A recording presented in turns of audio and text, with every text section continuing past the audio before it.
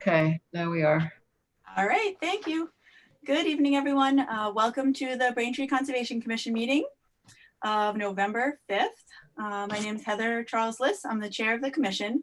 This meeting is being held remotely in accordance with the town of Braintree's temporary emergency policy for remote participation under the open meeting law pursuant to Massachusetts Executive Order of March 12, 2020. The town's using Zoom software for the meeting. The information for joining the meeting by either audio or video is posted with the agenda on the town's website, along with the web link for accessing plans and other materials relevant to items on the agenda. These materials will be available throughout the meeting, and conservation staff and consultants may also share their screen at times during the meeting to share materials. In accordance with open meeting law and the town of Braintree's policy, the meeting is being recorded by the town. If any participant wishes to record the meeting, then you need to please notify me now so I may inform all other participants. Okay, and the record could show that no participants expressed a wish to record the meeting. As a reminder, we'll be doing roll call votes, and for simplicity, I'll make the motions in cases where I would normally ask for a motion. Okay, we'll now begin our agenda with public hearings. These are almost all being heard under the Wetlands Protection Act and the local Braintree Wetlands bylaw unless I indicate otherwise. Please be advised that under Chapter 53 of the Acts of 2020, the statutory timelines for the permitting process have been suspended or tolled. They're now extended 45 days after the COVID-19 state of emergency. So under this, excuse me, under this order, we're permitted to suspend our business till the order is lifted, but the commission, in consultation with staff, has decided to continue processing the applications and holding these public meetings remotely, and we're trying to follow the normal statutory and regulatory deadlines as much as possible. For each of these hearings, I'll first go to the applicant or their representative to present the project or give us an update. And then Kelly and the commission will chime in with questions or comments. And finally, I will go to members of the public for all of the hearings. Finally, note that for any permits that we vote on, the original decisions are going to be mailed out, but we do need time to sign them, which takes a little longer since we're meeting remotely. Anyone who wishes to speak, especially while we're doing this remotely, please remember to state your name and your affiliation if you wish for the record.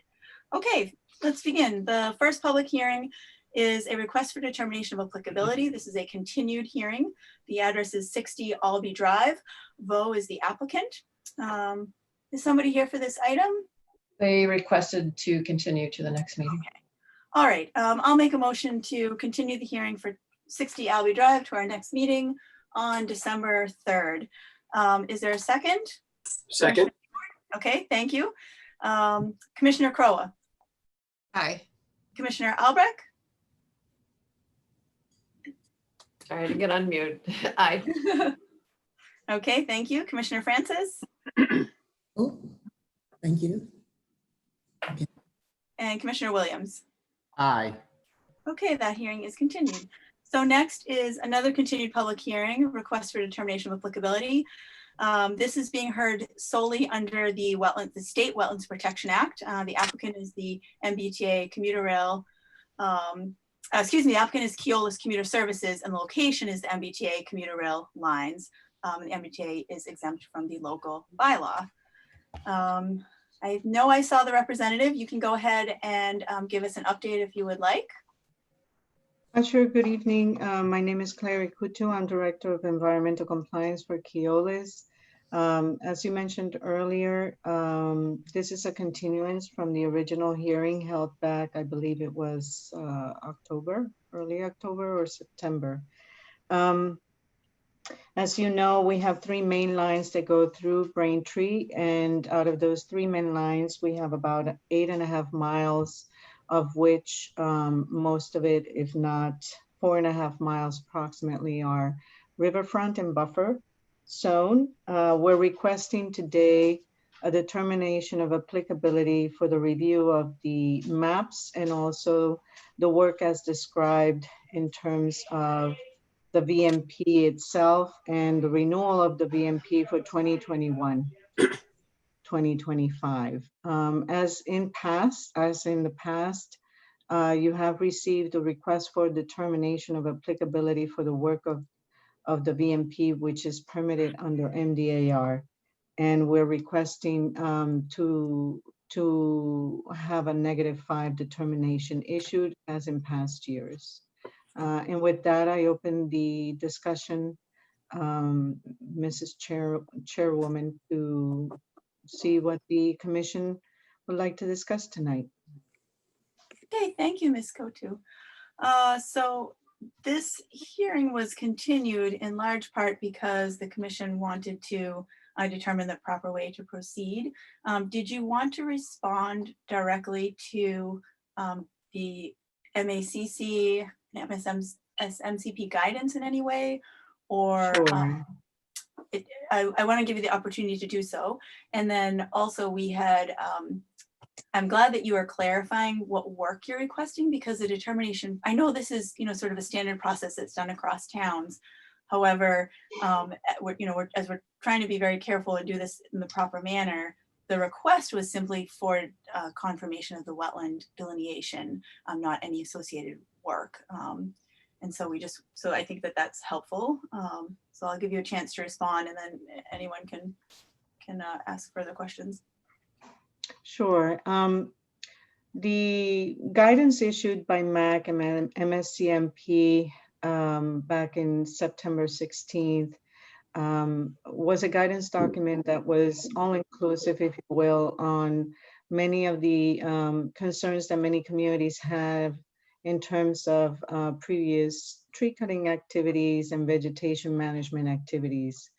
The guidance itself is not a legal interpretation by any means of the Wetlands Protection Act 310 CMR. Currently, our position is that we have followed the proper protocols in terms of the rights-of-way management program and how this is currently aligned with 310 CMR as well.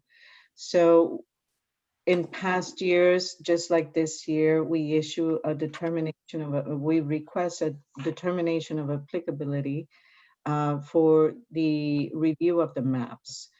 The permit issued at the state level by MDAR is covers an integrated vegetation management approach, which uniquely positioned to approve the VMP, the vegetation management activities for the next 5 years. The way it is worded for us to follow is that we request the determination of applicability for all the communities as it relates, as it specifically relates for the setbacks of herbicide application. The permit itself for the work at the global scale for the entire state is issued by the state.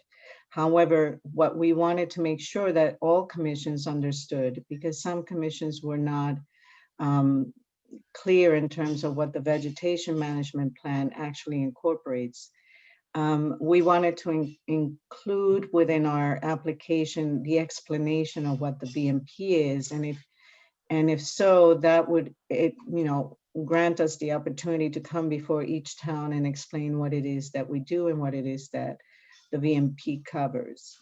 It is true that there are some, misconstrued ideas that we issued an application specifically for the maps and not the work, but we're currently following the regulatory requirements under MDAR, and that's what you have before you. In the past, many communities have issued -2, -5, and it's all dependent specifically on the resource areas within your jurisdiction.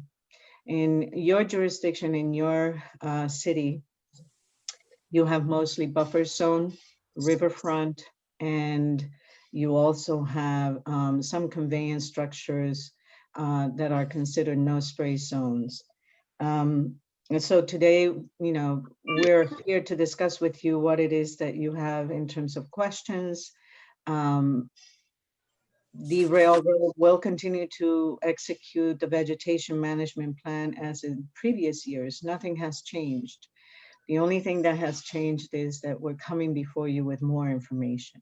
Whereas in the past, people thought that the vegetation management plan was only herbicide. So that is pretty much the position that I represent, and I will entertain any questions, any comments from the commission. Okay, thank you very much for the detailed explanation. It's helpful. Commissioners or staff?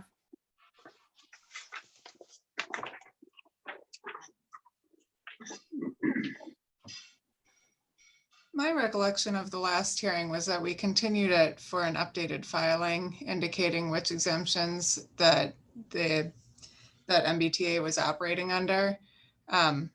We haven't received anything. Is that correct?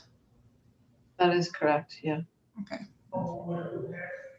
I guess from my perspective, I'm not really sure what has changed, as that's where we had left off last time.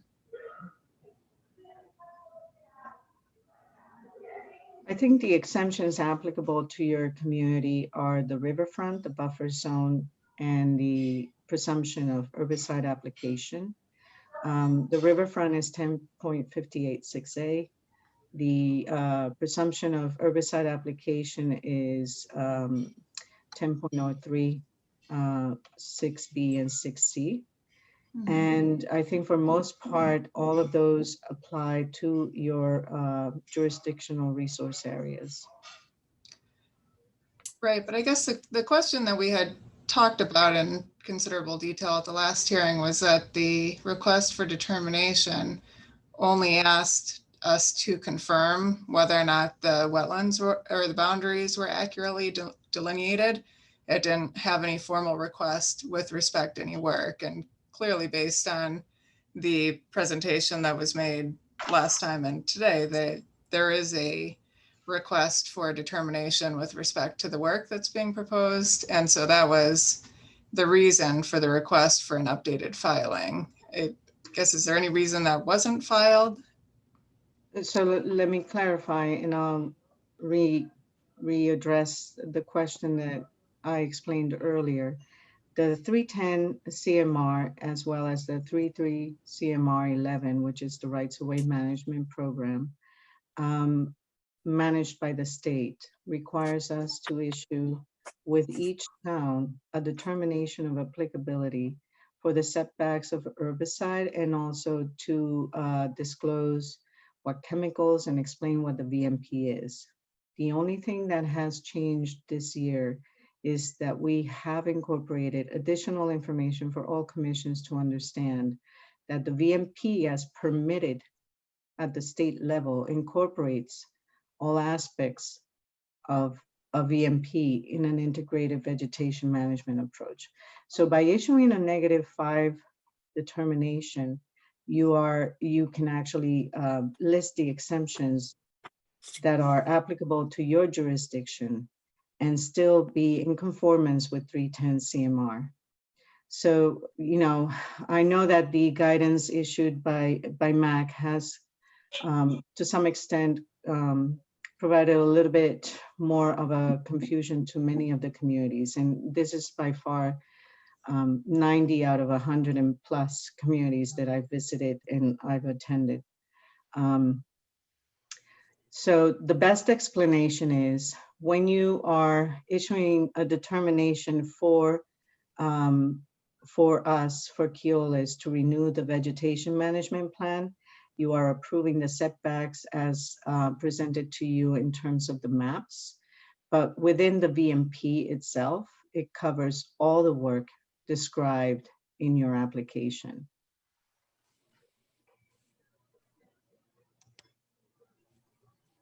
So I think it would be or would have been helpful if the form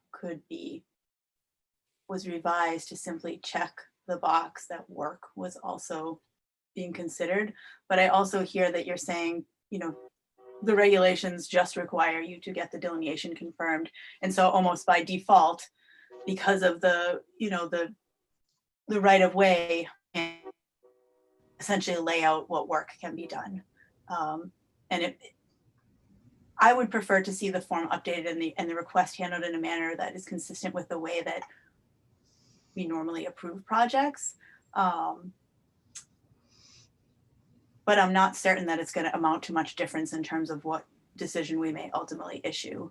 I'm not really sure why the other box just can't be checked on the form. You know, if it's a matter of consistency or what the issue is. That's kind of what we were trying to achieve, was being consistent, you know, with the process.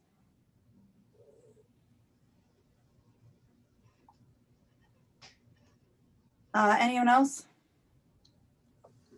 No. Okay.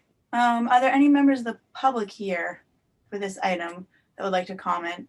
As with the last time, I'll note that technically this is not a public hearing. Our public hearings for request for determination of applicability are only under the bylaw, but as a courtesy, of course, if anyone's on the line for this item, I would give you an opportunity to make a brief comment. Okay, so it looks like there's not. Kelly, do you have any final? Actually, sorry, Yep. took me a minute. My name is Angela Nuss. I'm gonna butter to the T.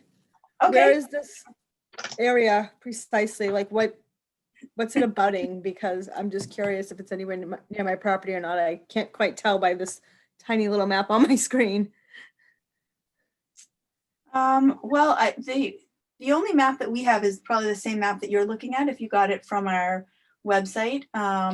I don't know, Ms. Kotu, if you want to explain in more detail which rail line is being addressed. I'm not sure that I'd be able Right. to answer the question directly about a particular property, though Well, it's they not. both abut me Yes, we because I abut the commuter rail platform. So I just wanted to know roughly where along the line they're talking about. So there are three different lines that cross. There's the Greenbush, the Middleborough, and the Plymouth line. You would need to be a little bit more specific in terms of what address you're talking about. I'm in Hawthorne condos. Do you know where the tennis courts are? I'm like right next to the tennis courts practically. I don't know where that is. I'm sorry. Someone's gonna have to help me because I don't know It's probably- wetlands. It's probably in this area near the 11 on this map, generally. I don't know where the 11 is on this map. I can't see it. All I can see is what you guys have on the screen. So what's up on can you see the screen that's up on the Zoom call? Yeah, it's tiny. Okay, though. so roughly in the center of that image is the number 11 in a black box. Yep, I see White that. lettering. So Kelly, our conservation planner, is suggesting that you're in that area. But I think maybe the point is that this work would apply to the entire rail line, Mhm. is my The work understanding. that's gonna be done. Does I've been she trying have to a- follow this. Do you I'm have sorry. a specific question in terms of Well, as a direct abutter, I've had issues with waking up at 1 a.m, having work done on the line. So I just kind of want to know where the work's being done and when, or oh, what type of work. right. I'm just trying to figure this all out and I can't quite. All right, so Figure it out. vegetation management activities mostly within this area would happen in terms of herbicide application, would happen second week to the first week of June every year. It would not be something that would be done early hours in the morning. It's mostly done between rail traffic. And it's a high rail truck with a certified applicator, which comes around all the tracks to spray herbicide along the roadbed and in areas adjacent to the roadbed. The other time that herbicide application occurs within this area would be in the fall, between second week of August into the second week of September. And at that time is foliar application. And again, it's a high rail truck and they go less than 25 miles per hour. And they have control mechanisms for the herbicide that they apply. Okay. Well, thank you. I appreciate that. It's No just nice to be problem. informed of what's going on once in a while. So thank you. I appreciate that. No problem. Thanks very much for the question. It's an understandable one, and thanks for the response. Okay, so let's think about moving forward. I'd like to move forward on this in one way or the other.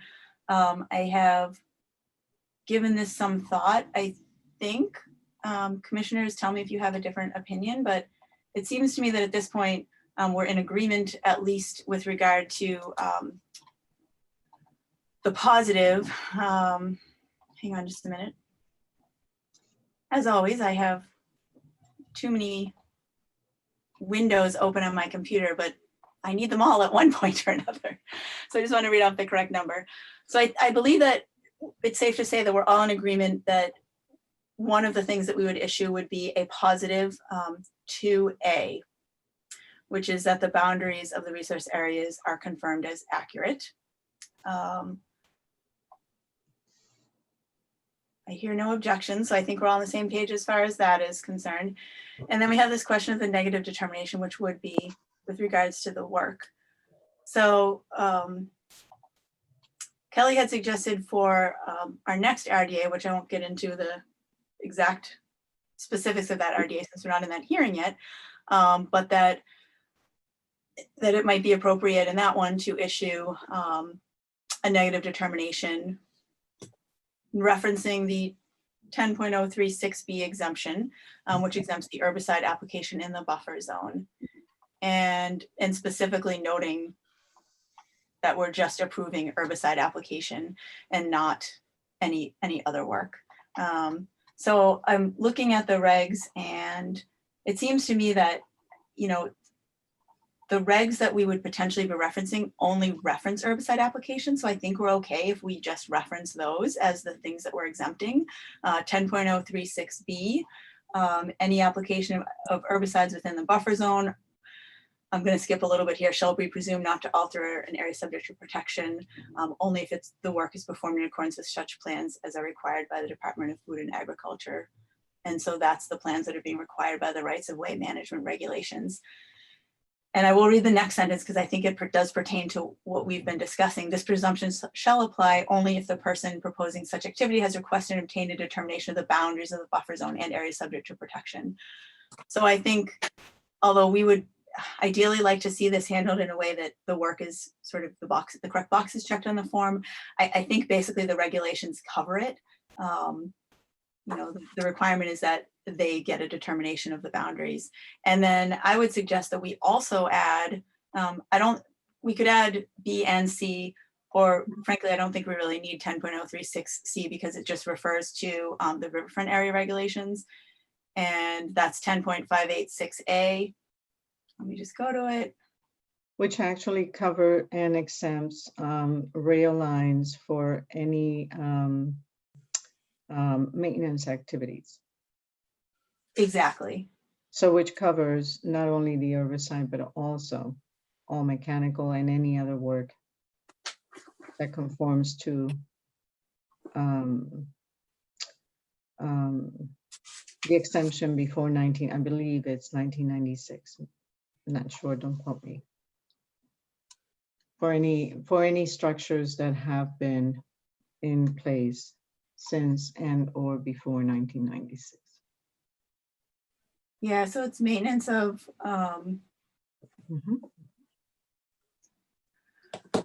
so it does include rail lines, it's maintenance without filing the notice of intent for work within the riverfront area, but not when such work is within other resource areas or their buffer zones, unless it's considered a minor activity.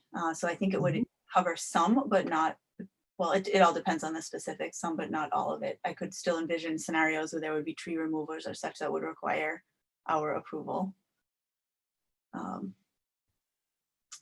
So thoughts from the commission or Kelly?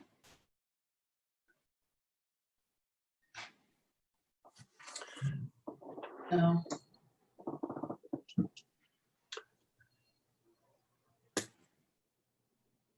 Is everybody comfortable with issuing it as in this manner?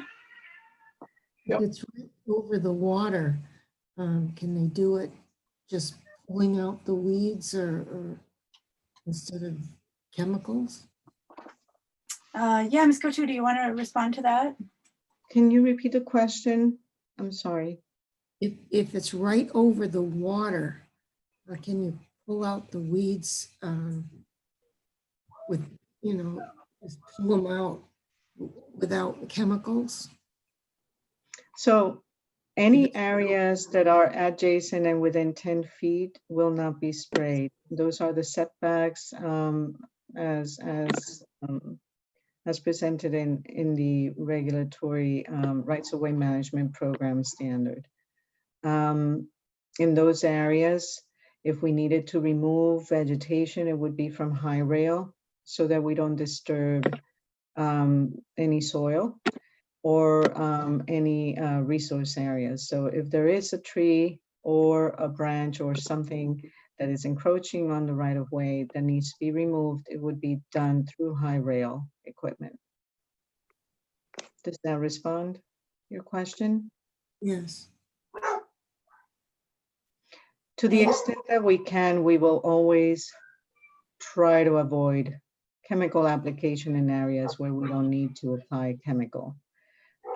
That is the objective of having an integrated vegetation management approach. And that is what the rights of way management program incorporate within their regulatory scheme. And the objective is over time that we reduce the chemical application in areas where we can actually mechanically treat. Thank you very much. Okay, Kelly, any final thoughts on this? I'm sorry, I can't recall if I already asked you. No, so we're going with the 10.036B exemption and the 10.586A? You think that it's appropriate? If you have concerns about it, we don't have to. It was Yeah, it was never requested. it was not originally requested, so I don't feel compelled to do so. Actually, it was in the request, in the application. The issue is that we have over 100 communities and each community has different resource areas. So what is applicable to you is not applicable to Brookline or to Dedham. So in your case, you have riverfront and buffer zone, which is 10.036B and 6C and 10.58 6A. Those are the exemptions under the Wetlands Protection Act. If it were to be, for example, any other community, they might have other exemptions they want to apply, or maybe riverfront doesn't apply to them and they would use 10.036B. Or some communities have no resource areas and we use -6. Some communities have just buffer zone and we use a -3. So it's really difficult to put in an application a specific recommendation. What we did in the application was utilize the most used statewide general exemptions applied over the last 10 years. So within your jurisdiction, again, you have 10.58 6A, 10.03 6B, and 6C. And those are the exemptions applicable for presumption of herbicide application and for riverfront work. I hope that clarifies a bit. Thank you. That is helpful. And you know, I feel like it is difficult. It would be helpful to have all of this sort of laid out at the beginning, and maybe it's in part you weren't anticipating the guidance that came out. But 10.586A does not actually reference the rights of way management, and so I actually am inclined to do 10.036B and 10.036C, which is a little different than what I said initially, but you know, kind of being asked to consider some things, what feels like on the fly. I know that's certainly not the intention, I don't think. But 10.036C says any application of herbicides for management of rights of way within a riverfront area. And it goes on to talk about the fact that the work must be in accordance with the plans required by the Department of Food and Agriculture.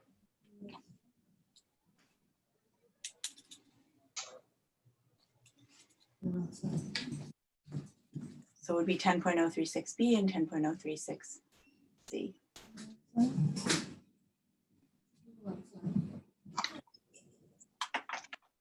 Kelly, does that seem acceptable to you? Yes, yep. Okay. All right, if there's nothing further, I'm going to go ahead and make a motion. Okay. I guess at this point, since now that we've gone around, I really should make the motion on this one probably. And I did want to say, Ms. Cotto, I know that you guys have been trying to communicate with the towns and cities and with the conservation staff to try to be transparent about the process and invite people to reach out to you. So I really do appreciate that. I think the regulations are a bit murky in some cases, especially with this topic. So we're trying to do the right thing. And hopefully this is the best course of action in this case. So with that being said, I move to issue a positive 2A determination and a negative 5 determination with 2 exemptions noted, 10.036B and 10.036C of the Massachusetts Wetlands Protection Act regulations for the MBTA commuter rail lines. Is there a second? Commissioner Hayward? Second. Okay, Commissioner Groa, Aye. Commissioner Albrecht, Aye. Commissioner Francis, Aye. and Commissioner Williams. Aye. Okay, it's unanimous, 6-0-0. Thank you very much. I'm Thank not you. taking a motion to close the public hearing. I will simply move, since it's not a hearing, I will simply move on to, and you're welcome, the next request for determination of applicability. So this is a new hearing. This is for the Fore River Railroad, and the applicant is the Fore River Transportation Corporation. And we do have a memo on this one. I expect this conversation may be a bit easier in light of our discussion that we just finished. Does anyone want to present on this one? Hello, everyone. This is Matt Donovan from FCC Engineers, representing Fore River Transportation. So the presentation is very similar. The vegetation management plan and all the regulations are the same very similar for this railroad. It's also in the renewal process with the Department of Agricultural Resources, and I did read Kelly's description of it and agree with that. To get into the process would be a little repetitive at this point, I think. So I'll just leave it at that and open it up to the commission. Okay, thanks, Mr. Donovan. Commissioners or Kelly, questions or comments?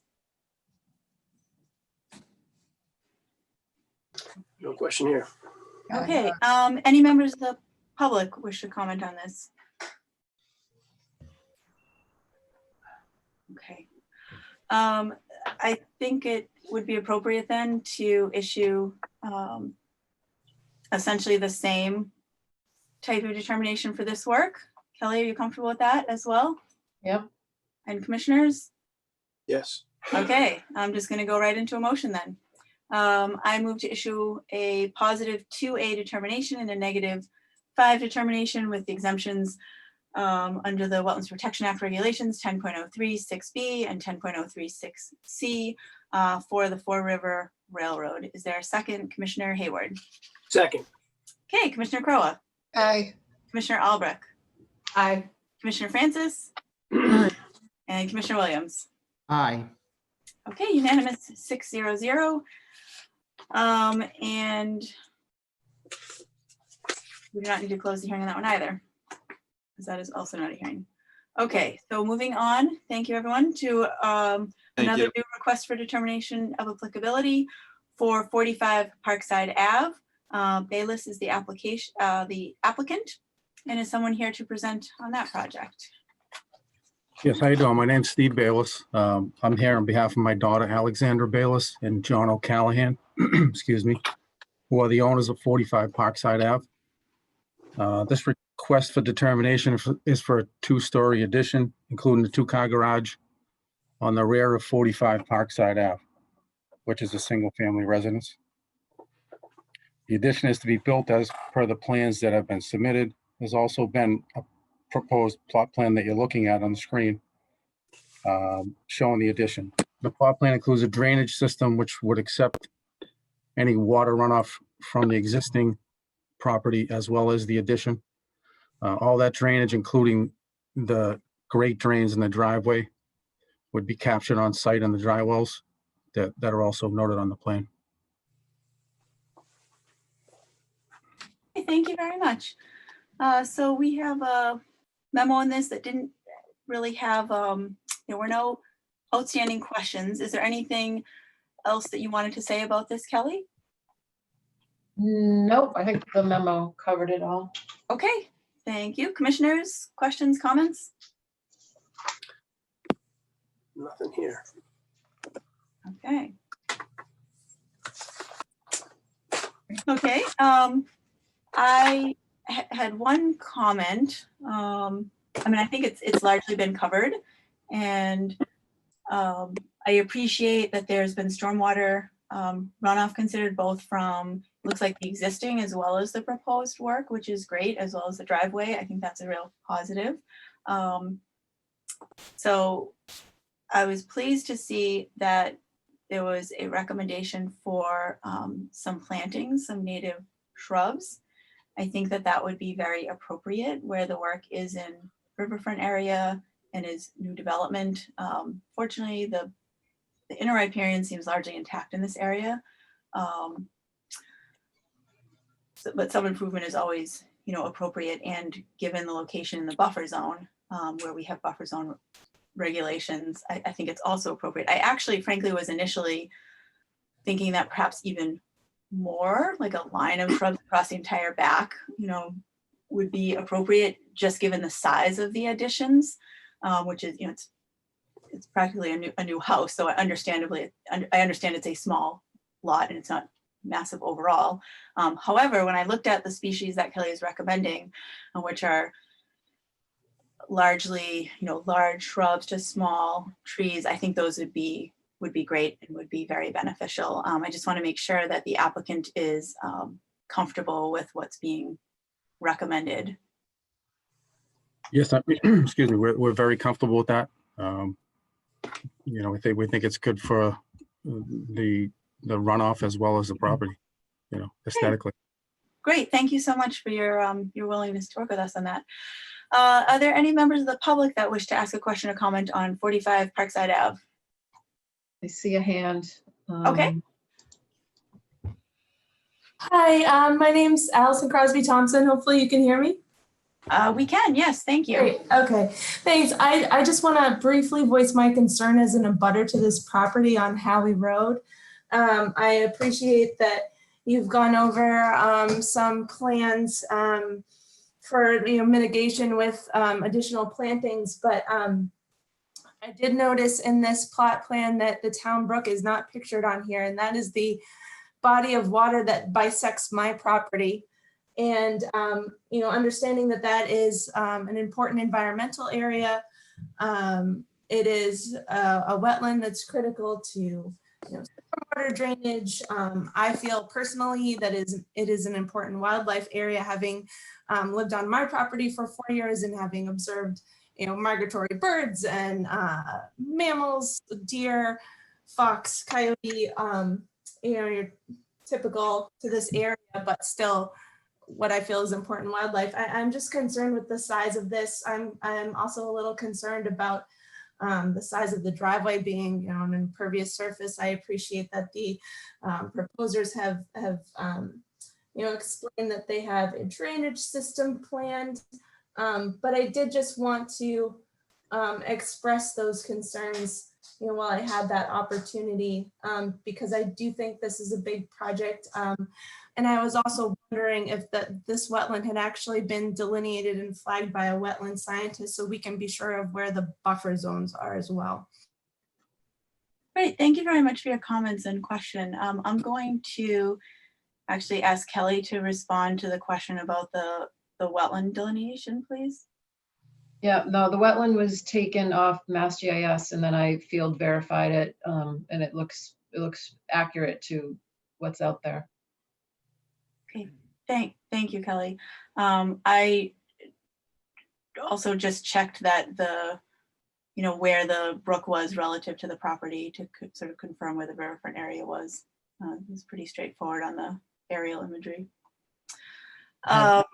So this is making me think of one other comment that I intended to make, which is relative to the resource areas. So if I'm remembering correctly, I think all of the boxes, yeah, so all of the boxes were checked for determinations that are being requested. And this is in large part procedural, what I'm about to say, but it's still important. So we are being, in essence, we're being asked not only to approve work, but also to confirm the boundaries of the resource areas. We really can't do that with the plan that we have because they weren't formally flagged and riverfront area is not actually shown on the plan. So it's not, provided we, are willing to kind of approve everything, I don't see it as a major issue.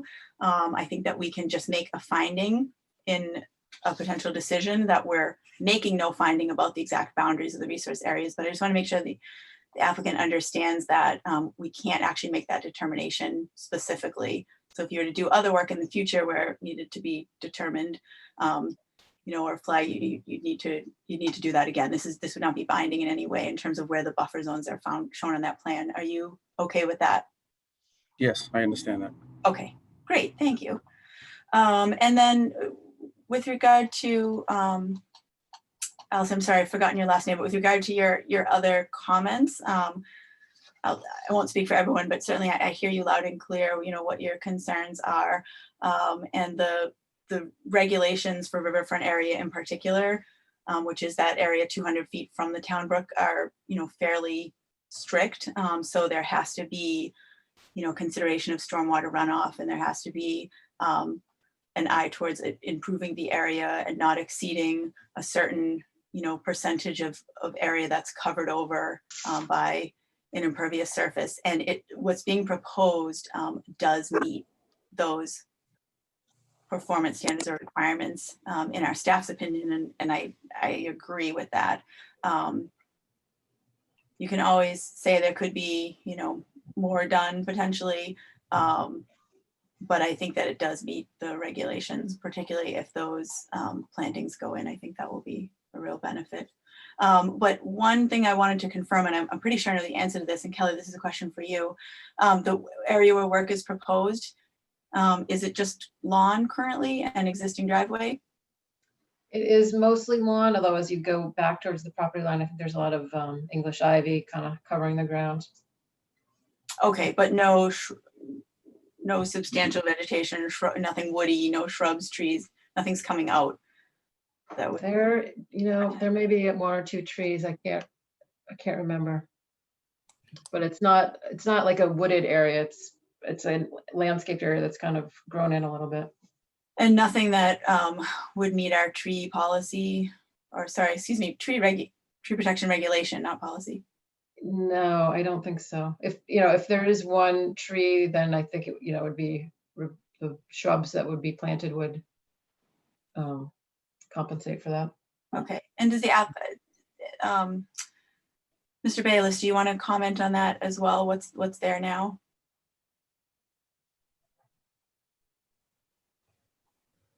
You're on I mute. think you're actually muted. Yeah, sorry, I see that you're trying to talk to us, but you're muted. I'm sorry. No problem. So, yes, no, I agree. It's mostly open with overgrown vegetation. I don't know much about species, but it's overgrown with smaller vines and stuff like that. Okay, thank you. Heather? Okay, anything else from the commission? Or Yes. other members of the public that wanted to comment? Yes. Heather? Yeah, Peter, go ahead. Okay. I'm just a little confused because I think in the beginning they said that there's the runoff from the driveways can be directed to catch basins. I don't see that on the plan. I see great drains to dry wells. Is that that? right? Yes, that's correct. It's a little hard to see on our Can screens. we I think. enlarge the picture, Kelly, Well, on your screen? No, this is, no. Anything that has to do with drainage is actually in green, I believe, on the Yeah. plan. So Peter, starting at the top of the plan, can you see where it says proposed driveway in red? Oh, And this- then underneath that, there's like a green line. So yeah, that's a great drain. Okay. great drain. And then that directs to a dry well to the, I'm just gonna say left. Okay, I get that. And then at the bottom of the driveway closest to the street, there's another great drain. And then it goes to a dry well sort of to the north in between the Great Drain and the Okay. house. It is, I think I don't think it's anyone's fault. It is just a little hard to see. I can only pick it out so clearly, I think, because I have it open separately on my screen. So we're okay with, direct, infiltration of untreated drainage from a driveway into the ground? Well, single-family homes do not, are not they don't trigger the stormwater standards. Okay. Yeah, I mean, I think I hear what you're saying. It would be great if there was some treatment first, but we don't have any leverage to really require it. I mean, anything that people propose for driveways on single family homes is going to be similar, and like a infiltration trench along the side, or Yeah. you But know, I something like can- that. I don't think, yeah. I could almost see that last section of the driveway, where it's near the garage, have that sheet flow across the grassy area. There's at least that, green treatment of the runoff before it infiltrates and gets to the wetland. Which section are you talking about? Because I Where it it's a good says thought. proposed driveway at the top of have some of that sheet flow off onto the grass going towards the stone wall. Like pitch it to the rear. Yeah. And so at least it's instead of just being directly injected into the, Yeah, I see your point. I don't know if the grades on site would permit that. It's really hard to tell on these plans. no, I everything, believe they wouldn't, and I'd be happy to take any recommendations on those changes from the commission. I guess the question is, does your property slope to the rear or does it slope to the?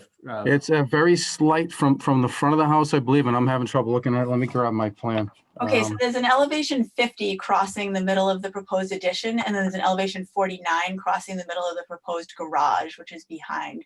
So it looks Right. like it does slope gently to the rear. Correct. So I think that, yeah, the driveway could probably be pitched. At least that last square. I mean, if you're gonna do that though, I think it would be better to have like in addition to have a stone infiltration trench, around that back section. I mean, it's a big driveway. It wouldn't be unreasonable to handle it in two different ways. Have some of it go to the front Great Drain and some of it go to the rear to a stone trench. Mr. Bayless, do you know what we're considering? Do you understand what we're thinking about asking you for? I want to make sure you're okay with it. Yeah, no, like I said, I think it does naturally pitch towards the back. So I think that combination would work fine. I would just have that redrawn, repitched to an infiltration trench in the rear. I have no problem with that. Yeah, with some sand in it, a little stone in the top and the sand to filter it before it hits the groundwater. Sure. Yeah, I'll just get a little more treatment from the vegetated area, but the trench is important to help kind of slow it down and infiltrate, soak up a little bit of it. I think it's a good thought. All right, we could just condition. I think we just condition that easily enough. Any other thoughts? That's my only thought. Okay, very good. Sorry, I didn't mean to suggest that was unfinished business. I meant any other comments in general.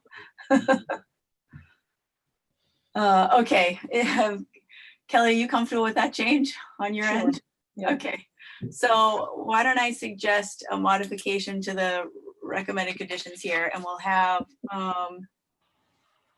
so after condition 3, which is the last of the pre-construction conditions, we'll add a condition that says, let's see, or perhaps even, I guess it doesn't matter that much, but after condition 4, we were talking about things that they have to do. We can add a condition saying that, let's see, the rear, I'm trying to estimate this. The rear third of the driveway shall be, I just want to phrase this properly. Or the area fronting the new garage. That sounds good. The area of the driveway fronting the new garage shall be pitched to the rear of the property and runoff shall be directed to a stone infiltration trench. Does that sound good? Yes, that works for me. It'd almost be where the throat is, where the driveway comes in, where it starts to open up. I could see if we, it Yeah. would work well Yeah. doing it from there. Yeah.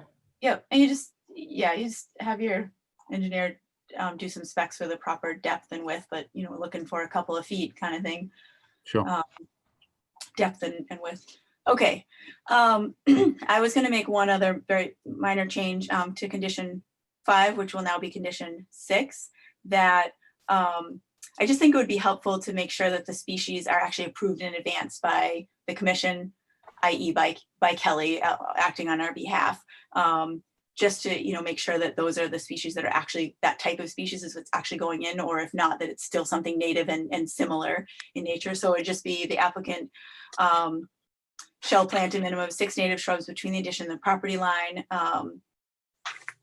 A planting plan shall be submitted in advance to the commission for review and approval. And then it could go on to say species such as serviceberry, etc. are recommended. Okay, if there's nothing else, I'd make the motion. Okay, I'll make a motion to issue a negative determination of applicability for 45 Parkside Ave, with conditions as drafted and amended during this meeting. Is there a second? Commissioner Hayward? Second. Okay, Commissioner Crowe, Aye. Commissioner Albrecht, Aye. Commissioner Francis, Aye. and Commissioner Williams. Aye. Okay, it's unanimous 6-0, and I'll make a motion to close the public hearing. Second, Second. thank you, Commissioner Hayward. Commissioner Crowe, Aye. Commissioner Albrecht, Aye. Commissioner Francis, Aye. and Commissioner Williams. Aye. Okay, 6-0. Thank you very much. Thank you. Thank you very much for your time. Project. Okay, that concludes our determinations of applicability. Next, we'll move on to a notice of intent for DEP file number 8-683 for 40 Arnold Street and 71 Adams Street. The applicant is the Adams Street LLC. This is a continued hearing. And since our last meeting, we have received a written response to comments from the peer review, as well as comments that were raised by staff and commissioners at the last meeting. We received a revised plan set, and then today we received a second peer review. But that was just received today, so I don't know how much we'll be able to get into that.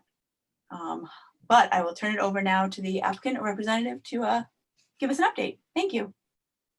Good evening, Madam Chair, members of the commission. My name's Attorney Brian Palmucci. I represent Mr. George Lang, who is the developer of this site, a site you think are likely very familiar with, as we spent quite a bit of time before you over the past several years. What we would like to discuss with you tonight, what our team would like to present to you is a series of changes that we made to the site plan to address some compensatory flood storage issues that were raised in the previous peer reviews report. Since that report was presented and discussed at the last Conservation Commission meeting, we've met with the town, we've met with the peer reviewer, and we came up with what we believe is a response to that, and changed our site plan design significantly. We've submitted that to the town, and then that was peer reviewed, which is the peer review report that you received today, is commenting on the changes. So I guess in the sort of the timeline of things is you have a peer review report that discusses a plan that we are going to present to you tonight. So you're kind of behind the peer review report now, which we expect you'll have an opportunity to review after the presentation this evening. So we have Garrett Tunison and Sean Hardy and Chi Man, who will variously present the changes that we've made to the various elements of the design. I know Mr. Hardy had a conflict with another meeting. I don't know if he's here. or if I'll be kicking it over to Mr. Chi to begin that presentation. To Mr. Mann. Chi, are you there? Oh, and I see Sean Hardy there too. Hello, everybody. Good evening. Again, for the record, my name is Chi Man from Hardy Man Design Group. We are the civil engineers. We are the civil engineers in record for the projects. If I may, I'd like to share my screen with the plan set so I can walk you through the changes that we made. You should be able to share, And but submit it to if the- you're not, for any reason, I can link to them on our website. So can you? Yes, I'm just. Yep. I'm turning that.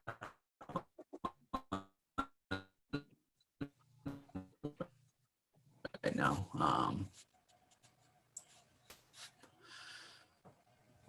Just so you know, you cut out for a moment. So although you started screen sharing. basically, we received the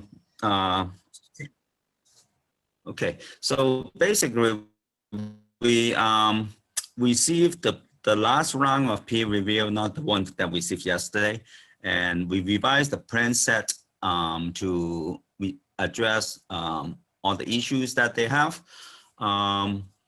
Just for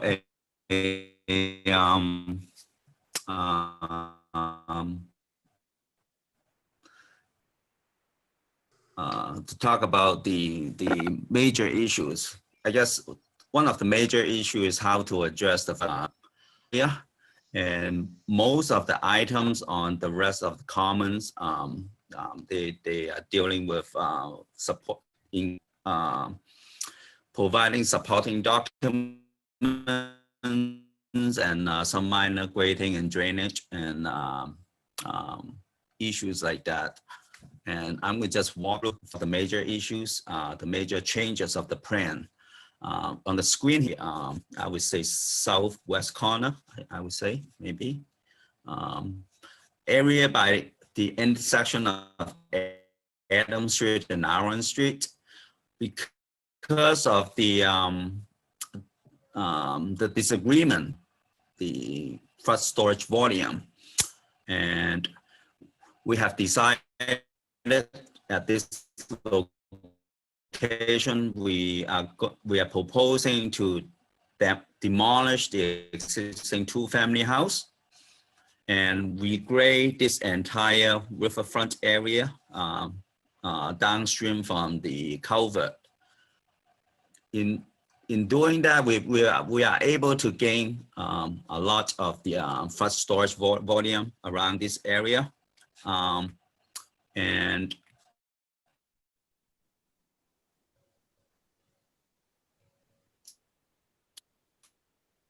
in exchange for that, also the loss of the two-family buildings. What we did also was to propose to demolish the existing office here. It's a small office, and replace that with a warehouse building. So in doing so, we now have substantial large volumes of the first storage area in this area. And also in doing the grading, we kind of create a swell from the Aaron Street. And if we recall, the problem of the flooding in this area is the culvert cannot handle heavy rainstorm, and the river water crest the Adam Street, travel down Aaron Street and come into the site and drain and eventually go back down into the river. In doing so, we are able to regrade the area by the existing two-family house and create almost like a swell. So in the event the flood water will ever crest Adam Street, they will be able to come to a low point on Aaron Street and quickly drain back down into the river. So the flood water will not be coming all the way into the interior of the site, and then they'll drastically improve the, you know, the flooding situations that previously has. And that is basically the major change of this plan. In addition, we address pretty much a lot of the comments about the infiltration system. We change the three infiltrate, the underground storage basin. We changed from infiltration area, basin to a line system, so that we address some of the groundwater separation issues. And we fix some of the pipe invert and structure. Also in this area, let me go to the layout plan, can show better. In removing the two-family house, now we are providing 5 off-street parking in our properties. This is designated for the river walk, the future river walk. And next to the parking, we are providing a stone dust path that come down to this, this area. We are going to be proposing a meadow area. And that's going to connect into the interior site sidewalk. And that can connect. This sidewalk will pretty much, as the previous proposal, can walk right along the riverfront into like a lookout area. So that in doing so, we are providing the river walk for public benefits. That is the majority of the changes on this plan. I mean, we also address some of the snow storage area issues. You know, we spread it all around the site in different landscape or parking area. On our site, parking then, you know, required by zoning. So we feel confident that taking some of this parking area for snow storage, we are going to certify the zoning parking requirement as well.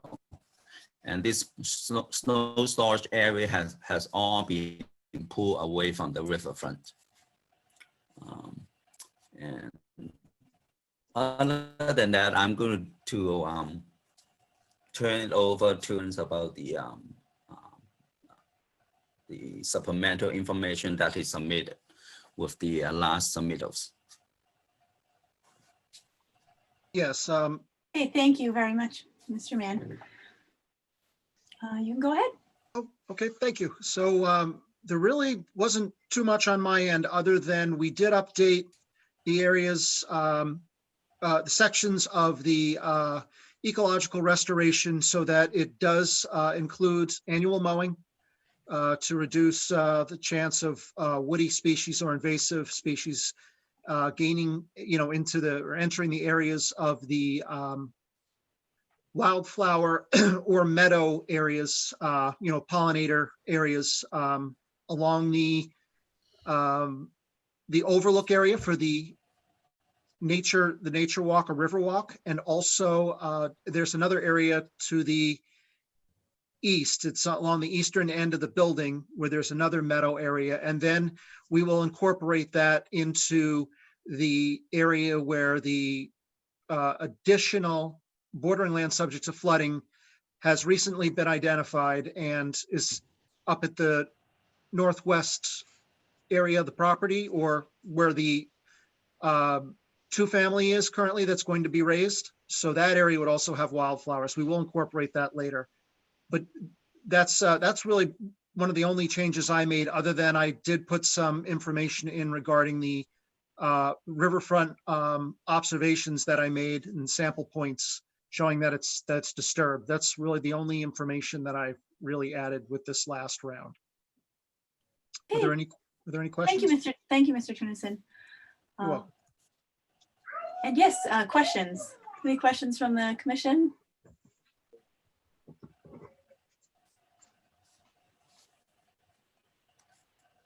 Okay, so I know this is lots of new information and people probably haven't had a chance certainly to look over the peer review. So we'll need a little time to do that. Kelly, I don't know if you want to say anything at this stage or wait until you have a chance to do so. That would be understandable too.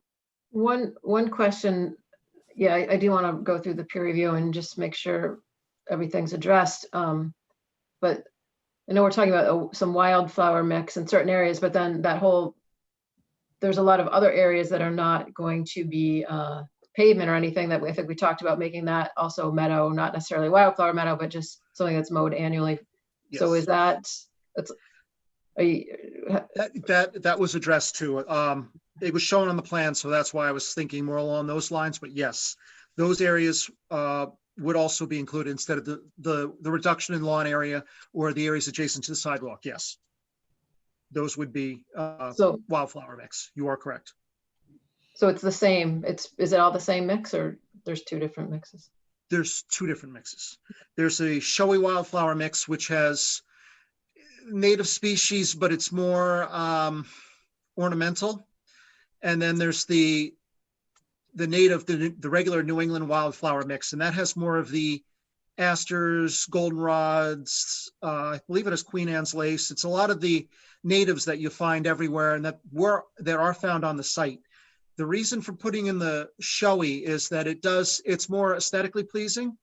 And in addition, there was some of that mix, it appears, that were thrown on some of the areas along the edge of what has been the active areas of the site. So I wanted to incorporate that. So if we're taking it out, I wanted to make sure we put it back.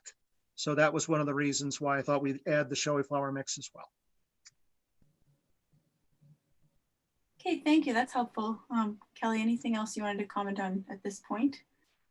I guess one other comment is, now that we see the grading more clearly, I hadn't realized it the first time, but now that we can see the existing and proposed grading, it looks like that block wall is going to be used as a retaining wall. And I'm just wondering about I don't think it was designed that way, or what have you guys evaluated that for the structural stability of that to be a retaining wall? Well, currently the design intent is to, we know we need access to the riverbank area to do the restoration and also the remediations of the soil. So the current design is to temporarily remove those blocks, and then we go down to the slope area to restore and to remediate and restore the area, and then put the rock. And then put the blocks back to where they are for the existing blocks.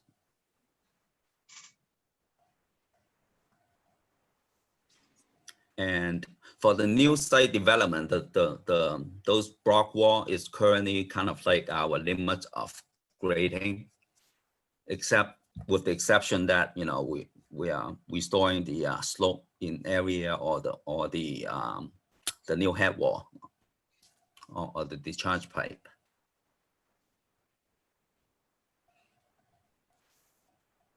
What is the height of the block wall? What's the highest point that it would be? And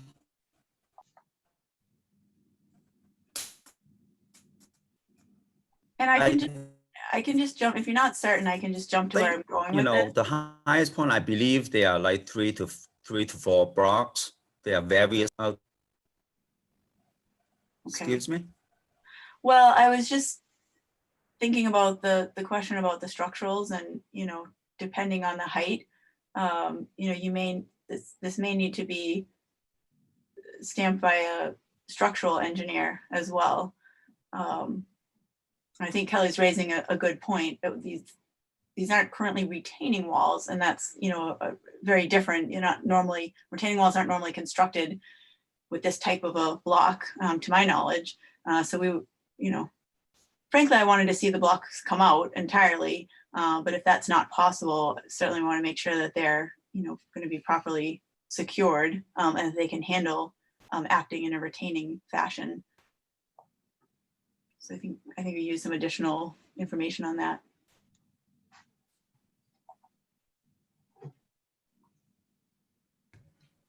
Okay, we'll take a look at that. Madam Chair, if I could And jump in on that, and also, I just want to, So it seems like we have this is the challenge of a remote meeting. It seems like we have some gaps here and there. We'll just do the best we can. Mr. Palmucci, I hear you were trying to make a comment. Yes, Mr. Lang, who's off camera here, sitting next to me. Good evening. Informed me that he does have a structural engineer who will review anything that's over 3 or 4 feet in height, and we'd be able to provide stamped plans attesting to that. So we'd be able to address that concern specifically. And just while I have the floor, I just wanted to make the commission aware that we have our LSP with us tonight as well, Mr. Andronico. If the board, if the commission had any questions about remediation or environmental work that was happening on the site, I think that sort of came up at the last meeting and we didn't get too deep into it, but I just wanted to let you guys know that he's here if anyone has any questions about that as well. So thank you. Okay, thank you. Well, I am going to take this opportunity to go right ahead and ask him a question then. I was planning to bring up the response to the low impact development. I know that low impact development is often challenging when there are sites with contamination, but my comment was going to be that I'd like to hear from, it doesn't have to be tonight if you're not prepared to answer immediately, but I'd really like to hear directly from the LSP on whether or not LID is feasible. I mean, I know that's not the only consideration, but that was sort of mentioned as the reason why it may not be appropriate for the site. And I know what, there was also a change where some systems now detention versus infiltration due to depth to groundwater. I also wonder if there maybe, if LID is not possible, maybe those systems could be moved. Are there other locations where they could be on site that would still work? And the LSP would be comfortable with. So that's sort of the general questions that I have in mind. Sure, yeah, I can address that. Thank Our you. options are fairly limited. The plan is to do some relocation and on-site capping, largely removing a significant amount of material from the northwest and relocating it to the eastern and central portions of the site. But ultimately, it's just relocating existing materials and capping it in place. The cost to dig it up and haul it away is quite high, to the point where it's just not feasible to do so. So that leaves us with very limited options. And so just the careful management of the materials in a way that's, that meets the EPA and the DEP regulations and ensures that there's no spread of contamination and it's appropriately controlled is the best we're going to be able to do. Okay, thank you very much. Sure. It would be helpful, I think, it's even better to get the information directly from you, but I think it would be helpful if there was some sort of formal response, sort of explaining that. It's always a little helpful to kind of have that on file, particularly where it's spelled out in the regulations as something that needs to be addressed. I just think that would be very helpful. And somewhat related, Kelly had some comments about the hazardous materials plans and the lack of clarity on those. I don't know if you want to get into it, Kelly. You frankly made the comment previously, but I don't know that it's been addressed. So just something to look back at those comments and make sure that that's addressed. Yeah, the issue I think I raised it in my staff report was that, there's the narrative that goes into a lot of detail about the hazardous waste removal. Then there's the restoration plan, but they're really a lot in the same area, and it's hard to visualize and make sense of it. It's not shown on a plan, so other than in a kind of a general way, so it's difficult to review. Yeah, understood. We are working on a revision to incorporate the recent design changes, the removal of the residential area. So we'll have some updated plans that actually provide a zoom in, and rather than just one single site-wide plan, we'll actually zoom in and have a little bit more detail. So that should be a little bit easier for you to take a look at. Thank you very much. Other comments from Kelly or commissioners? I had one question. I know a large part of the discussion last time was the flood storage, and so I do appreciate that the house was removed to increase that. I noticed in the narrative that there was still one section that wasn't in compliance based on the peer reviewer's definition of reach. And I remember that we had this very thorough discussion of what the reach was last time. But my question is there anything in the materials where there's a waiver to sort of provide a possible alternative basis of handling the flood if we don't need to get into the definition of what the reach is? I believe the peer review in his most current letter acknowledges that the one spot that we're a little under is in the middle of the site. It's immediately adjacent to an area, both upstream and downstream, that we are well over on that same volume. And he says that the concern has been met. Oh, okay. Thank you. Thanks, good question. Peter, did you want to ask something?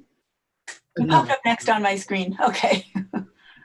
I had a few things. So it may just be that we haven't gotten everything yet, but I don't see a revised landscape plan. So I'd like to see that at some point, or a revised stormwater report. So obviously we'd like to see that as well.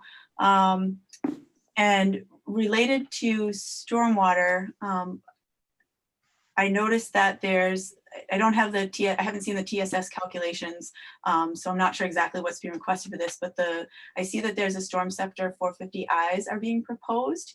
Mass DEP only allows 25% TSS removal for the storm scepter 450I.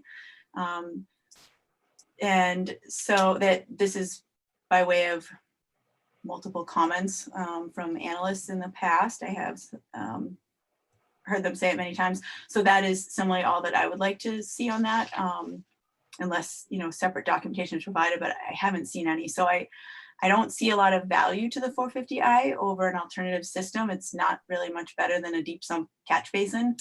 So just trying to make that comment early on. I don't know if the peer review mentioned it or not. The other thing I noticed with regard to TSS is that in the narrative, at least, there was a mention of taking 10% removal credit for street sweeping every month. If street sweeping is actually happening every month, that would be amazing.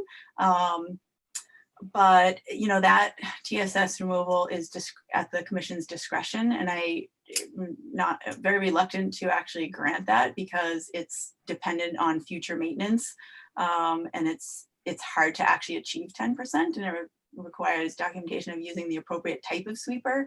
So maybe it doesn't matter, maybe you meet the requirement without that. I just wanted to throw it out there early enough that it could be addressed if not. And I intended to lead on with this next comment, and we just sort of got right into the discussion, but I also really appreciate the changes that were made to address the floodplain concerns. I know that, there were a lot of strong opinions on it, and it represents a significant change. So thank you very much for working, the engineers working together, and I'm thrilled to see that the river walk is still there. Thank you very much. That really is I think going to be a huge benefit. And so I'm so pleased to see it still there.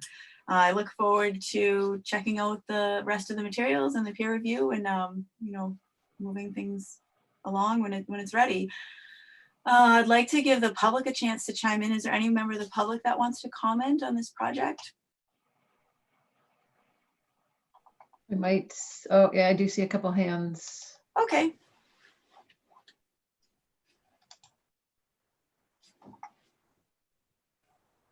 I think I see Robert Kearns. Robert, are you? Hello. Hi, good evening, Mr. Kearns. You can go ahead and make your comment. Hi, thank you, Madam Chair. I'd like to say that I'm glad that the applicant is keeping the Riverwalk. It's very exciting, and they're going to be, I'm assuming they're paying to construct it, which is exciting with the sidewalk and such. Correct me if I'm wrong. And I would agree with the chair to remove the block wall along the river and have a more natural graded bank would be better. I just don't understand, if you're going to remove them anyway, why are you going to put them back? They're kind of ugly, not natural. It'd be nicer if you need something to have, a more nicer stone or some sort of actual retaining wall that's more attractive looking, but I don't understand. Like, maybe you could just have it natural. I don't really know. I'm not an engineer.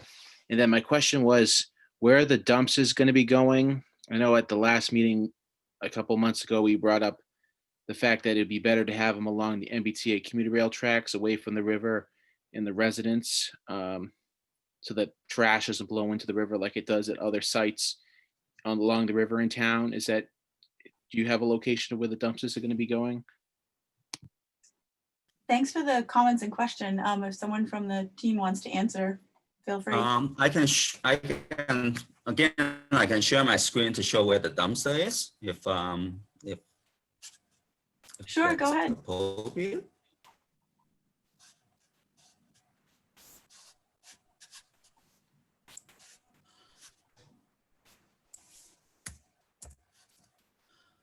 So with the removal of this two-family house, we are showing a dumpster along the existing, next to the existing warehouse building to serve the two warehouse building near Aaron Street. There's a new proposed building, more like a U-shaped building. The dumpster is hiding behind here near the railroad track. And then for the, have to go to the next page. For the large warehouse building, all the dumps are all the way in the back where, you know, it's facing the wetland and near the railroad track on this side. It's all screened, so no one ever see it.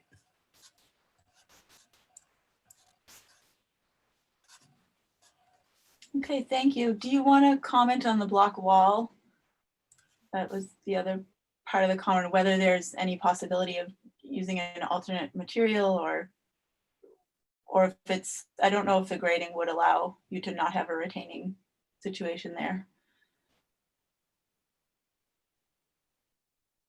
It's something we can look at. I mean, everything has a cost to it. but Well, we can definitely take a look at that. You know,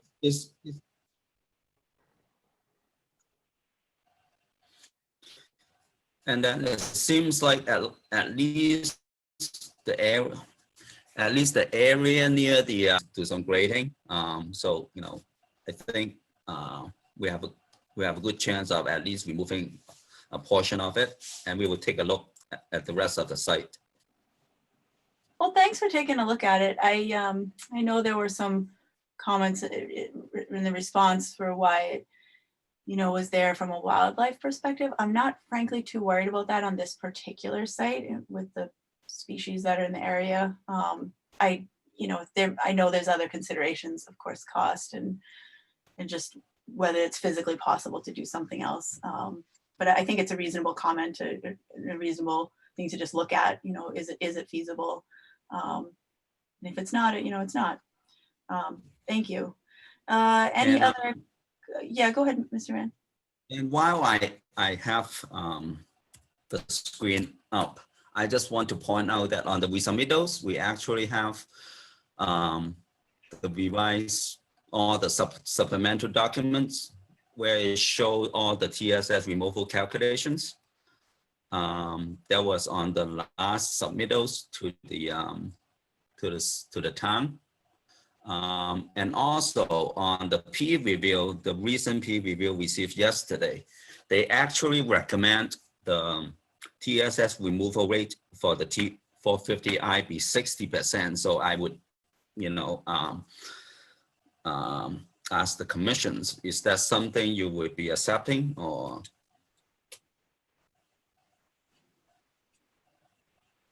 So I will, since I made the comment, I'll respond, which is that I think it's probably something that staff and the peer review engineer should maybe come to some, you know, have a discussion about. I, you know, have documentation of DEP only allowing 25%. I'm aware of at least one other peer review engineer who does a lot of peer reviews who gives, you know, 30% for it, which is sort of the most I've allowed, you know, the recent past. 60 seems very high to me for the type of BMP that it is. But you know, I haven't read their letter yet, willing to check it out. I mean, if you have documentation that's not from the manufacturer, if maybe there's been some new third-party testing, you know, maybe there's been some modifications to design. I'm not an engineer, you know, so I'm not a total expert on this. I want to be open and flexible, but at least in the past, it's basically a catch basin insert that really, you know, wasn't as high as the manufacturer was claiming in the real world setting.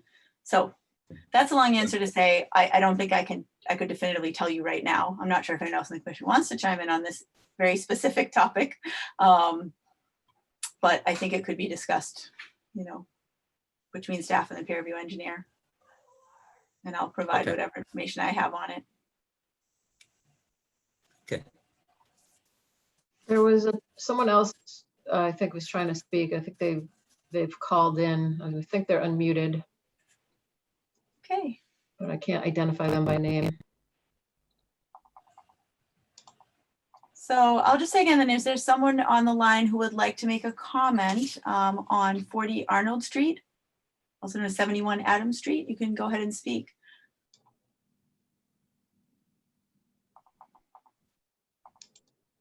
Okay, I'll try one more time before we move on.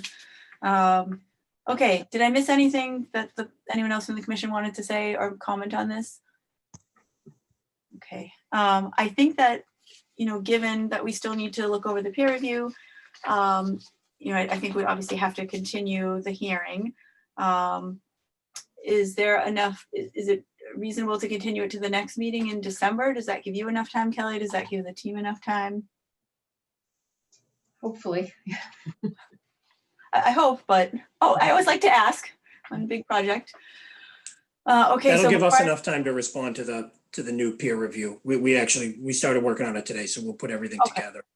Hopefully get it to you with ample time ahead of you. All right, and if for some reason, you know, it's not, you need a little more time, because in a project like this, that back and forth, you know, with staff peer review, I know there's a lot behind the scenes going on. Obviously, you can always bump it again if need be.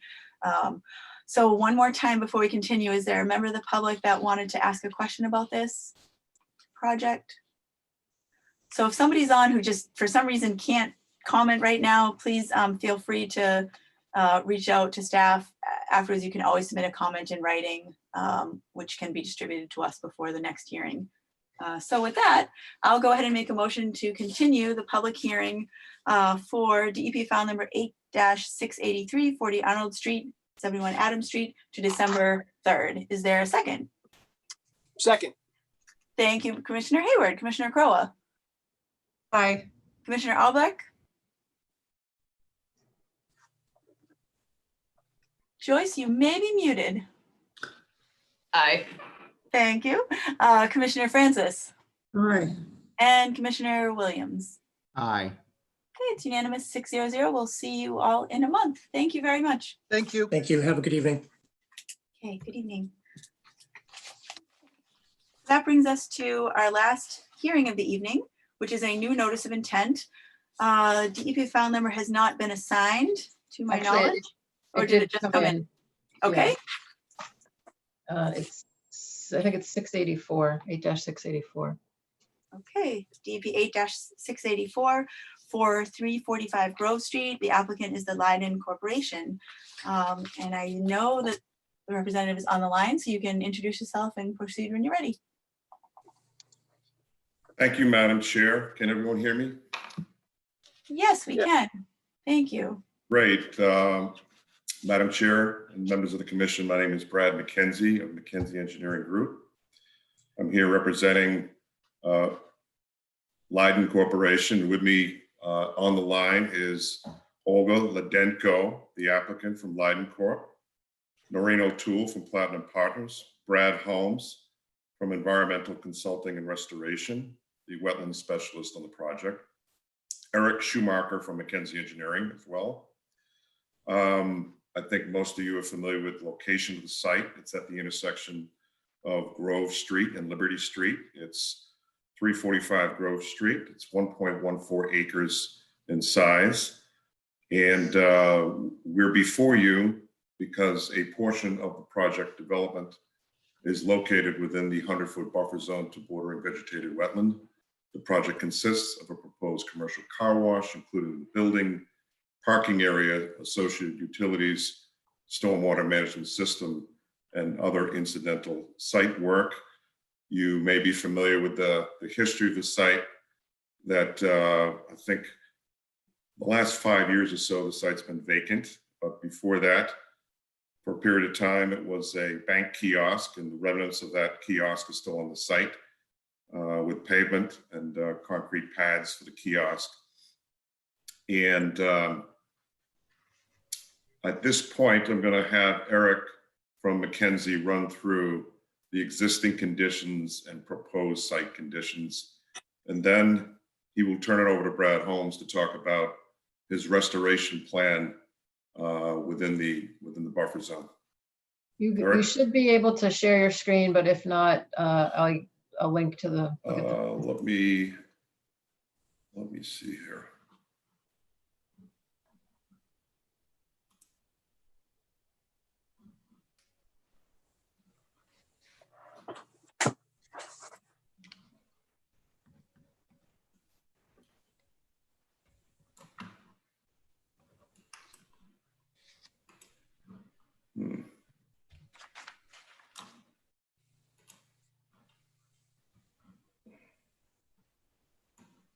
Can everyone see the plans? No. No? Nope. Okay. I can try, Brad. Give me a second. All right. Eric, do you have it, Eric? Yeah, can you guys see that? Yeah. All right. Thank you, Brad. My name is Eric Shoemaker. I work for McKenzie Engineering Group and is a design engineer on this project. So the site consists of approximately 1.14 acres and is located at 345 Grove Street in Braintree. It's directly adjacent to the signalized intersection of Liberty and Grove Street to the northeast. It has frontage on both streets. The site was previously used as a bank kiosk, but it has been vacant for some time. I want to say about 5 years. So the pavement is the only part of that old use that remains. The kiosk has been removed. The majority of the site is currently comprised of undeveloped woodlands, and those woodlands and bordering vegetated wetlands are located in the residential B zoning district. The developed portion of the site is located within the general business zoning district. The site is bordered by developed residential property to the southwest and developed commercial property to the east and to the northwest. And the topography typically ranges from elevation 153 NAVD 88 datum to approximately 141 to 133 feet at the wetland. So typically runoff from this site slopes in a northwest direction from the Liberty Street driveway to the Grove Street driveway. Now, there are currently no stormwater controls on the site, and the stormwater flows untreated from this pavement onto Grove Street, where it is captured by the municipal drainage system on Grove Street and eventually discharges to the wetland complex that's located behind the shopping plaza to the north. Now, the bordering vegetated wetlands located throughout the site in the center of the property were flagged by Environmental Consulting and Restoration on August 4th, 2020. And Brad Holmes will talk a little bit about that in a few minutes. So this is our site layout plan C1. We are proposing a one-story, two-bay car wash totaling to 1,554 square feet. As shown on the land usage tables, we're in compliance with all of the dimensional requirements for the general business zoning district. That's the focus of this site, is that general business zoning district. The plan shows the proposed building and infrastructure located outside the building, as well as some of the surface treatments, the bituminous concrete parking area, There's some vacuums, a dumpster pad, stuff like that. Now, we will be retaining the existing curb cuts on Liberty Street and Grove Street, and the site will use one-way traffic with vehicles entering from Liberty and exiting onto Grove Street. The building and portion of the site will be located in the 100-foot buffer to BVW, while a small portion of the parking area that is to be developed will be located within the 25-foot buffer. The location of the building was chosen by us to be as distant as possible from the wetlands, while still maintaining the required zoning setbacks, as well as aisle widths and vehicle queuing lengths needed for safe access to the site, as well as access from any emergency vehicles. So that was our thought process behind the position of the building. I'll be going next to our grading and drainage plan. Now, like I said earlier, there's currently no stormwater controls on the site.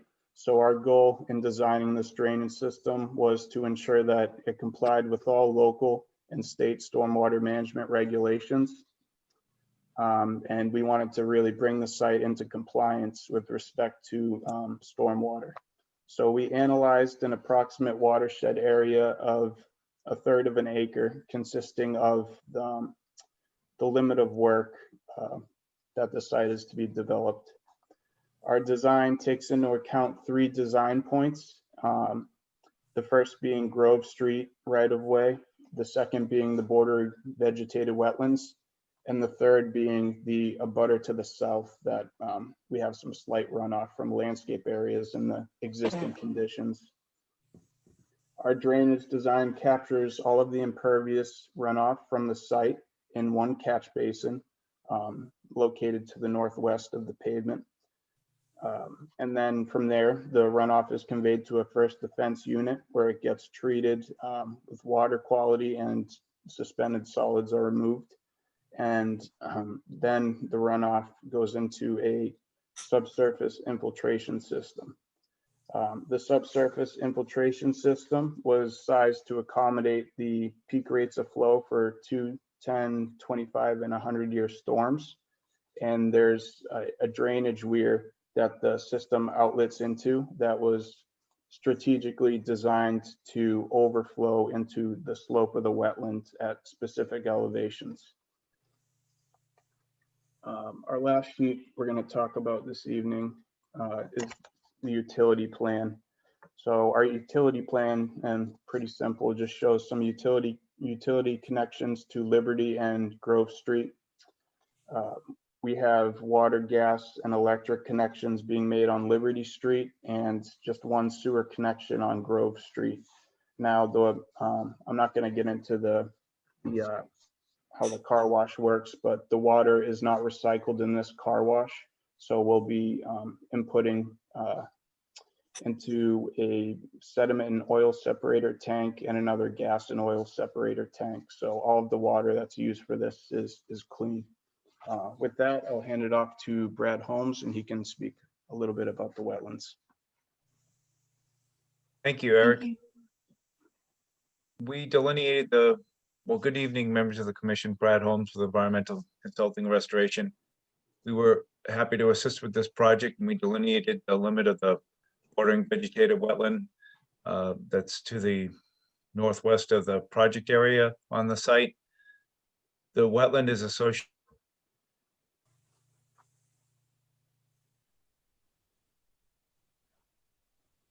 Brad, we lost you for a second.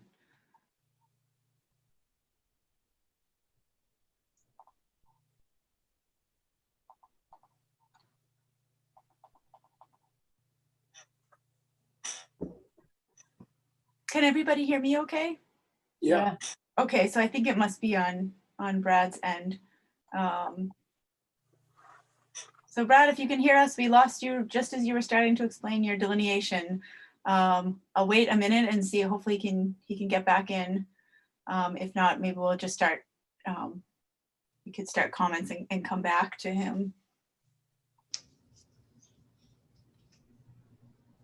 all in all, I feel like we've actually done fairly well during these remote meetings, but it is not easy sometimes. So I appreciate everyone's patience. I imagine he's Well- probably logging back in. I think so too. Yeah, I don't actually see him on the screen, so I'm going to give it one more minute for him to attempt to log back in, which I'm sure he's trying. While we're waiting, his wetland report is in the NOI. At the end of our narrative in section 1 of the, section 2 of the NOI. If you have it handy. Okay. Yeah, thanks, Mr. McKenzie. I appreciate that. I do remember, I did see that.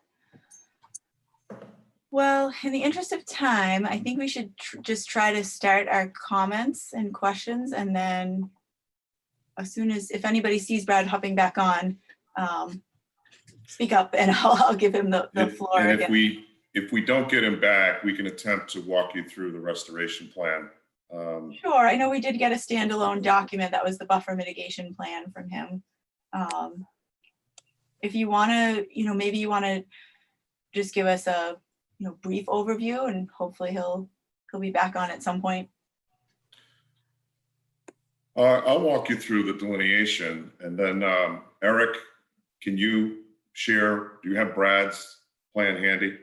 Yeah, let me find it.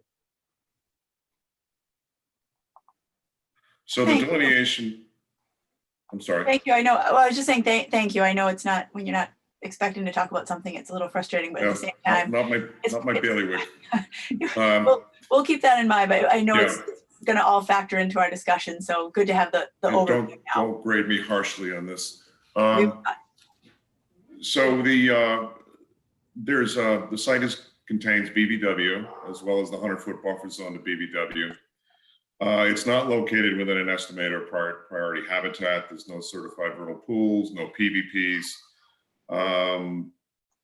We don't have a USGS map stream. I think there's probably evidence of in areas of an intermittent stream, probably closer down to the head wall, which is say closer to the extreme northwest portion of the site, which drains the BBW through a culvert under Grove Street and eventually discharges into a wetland complex on the other side of the parking lot where Stop and Shop is. And Brad explains in his delineation report the methodology that he used in delineating the wetlands. If we have a site visit, you'll see the delineation. There's pink and black striped ribbons with an A-series BBW. And I think as we discussed, as Eric discussed earlier in the call, a portion of the work is located within the 25-foot buffer to BBW. And as you know, your bylaw requires an undisturbed vegetated strip abutting the wetland 25 feet in width. And right from the bylaw, it says the commission may set other conditions as it deems necessary unless the applicant proves evidence deemed sufficient by the commission that the buffer zone may be disturbed without harm to the wetland values protected by the bylaw. And what we're presenting with this plan, our design and Brad's restoration plan is, we believe, and it will result in an enhancement of those wetland values, namely flood control, water quality, groundwater, storm damage protection, erosion and sedimentation control, and water pollution control. The site, as Eric mentioned earlier, has no stormwater controls presently. It will be brought into full compliance with the DEP stormwater management regulations and local stormwater regulations as well, renovation of stormwater, as well as attenuation of peak rates of runoff. And Brad's restoration plan is quite extensive. He calls to remove some invasives and supplement. I think he's got 30, not sure how many plantings, 30, Eric, do you? 32 of them. 32 plantings proposed within the buffer. So Eric, perhaps you can read that plan better than I can, and Hey, guys, talk about. I'm back. Sorry about that. Perfect. All right, Brad. I lost the connection. That's okay. We understand. We're just ready to talk about your restoration plan. The bill, paying bills, you know. So what we've done is we've put together a restoration plan to enhance the buffer zone. This portion of the buffer zone is severely degraded with non-native invasive species, consisting mainly of multiflora rose and bittersweet and Norway maple sapling. So because this area is next to the project site and we have access to it, we're proposing to remove those invasives and revegetate the area with native shrubs and native ground cover. And my calculations are about a 3-to-1 ratio of area for what we're looking to work in the 25-foot buffer versus the proposed restoration. We know that the commission is looks to strictly enforce the 25-foot buffer zone, but we feel that this area of mitigation is a huge improvement over the area that exists now and would be a betterment to the site. So that's the area that's proposed there in green. The native shrubs are listed in the table, and they're all native buffer shrubs that are typical of the area. Okay, thanks, Mr. Holmes. I'm glad you were able to get back into the call.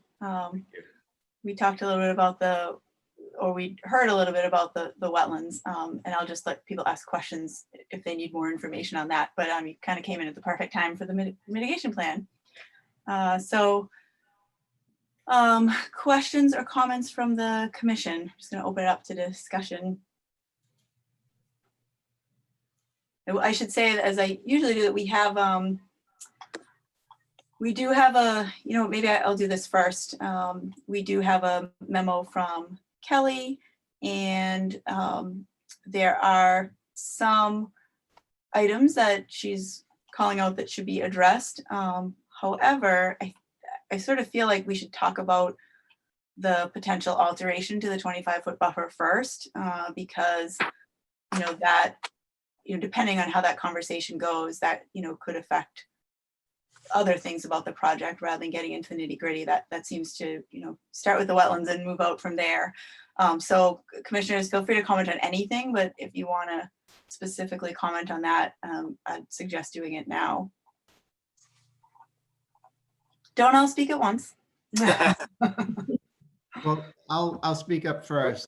I Thanks, think Peter. that the plan the plan doesn't show the outlet structures and head walls that are going to be coming out right in the middle of this buffer zone mitigation plan. So that should be incorporated in the design of the layout of the plantings. If what they're saying that that there's no control of runoff currently on the site, and now they're providing this mitigation at a 3-to-1 ratio, it would be my interpretation that there's a net environmental benefit from this project with regard to runoff. That's it for me for this plan. Yeah, thanks, Peter. I agree. Where there isn't a stormwater treatment and there's non-native species that are in that buffer area right now, if there's an ability to enhance the area as is being proposed here, it looks to be something that would fit within the exception to the 25-foot no disturb that allows us to consider the work in that area. Thank you, Kim. Other thoughts? Yeah, I feel the same way as Kim and Peter. Going by that site, it's basically like it's just a litter collection area right now, and with all the invasive species and just this enhancement to the property a bit into the 25-foot buffer zone. I think we may be able to work with these folks just to really put a little care into that corner spot. Thanks, Chris. Anyone else? I would concur too, that it makes sense to, there's a lot of good things that are gonna come out of it. Thanks, Joyce. Anyone else? I think that would be Diane, if you want to comment. Well, it seems like an improvement to that area. Thank you, Diane. So I respect everyone's opinions immensely, but I actually am going to disagree a bit on this one, and then we'll see where we end up if I end up ultimately just being in the minority. That so be it. I completely agree that it would be a significant improvement in terms of stormwater as it would need to be because it's subject to stormwater standards, but absolutely that would improvement. And I agree it's a really nice mitigation plan, although good point, Peter, about the outfall. Certainly that would be an improvement. However, our bylaw is quite clear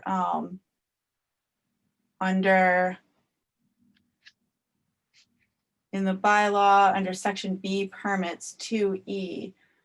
The commission shall issue a permit only if it finds the applicant has demonstrated by preponderance of evidence that the activities proposed will provide a buffer zone of not less than 25 feet between wetlands and uplands activities for those portions of a regulated activity that need not be conducted in the wetland.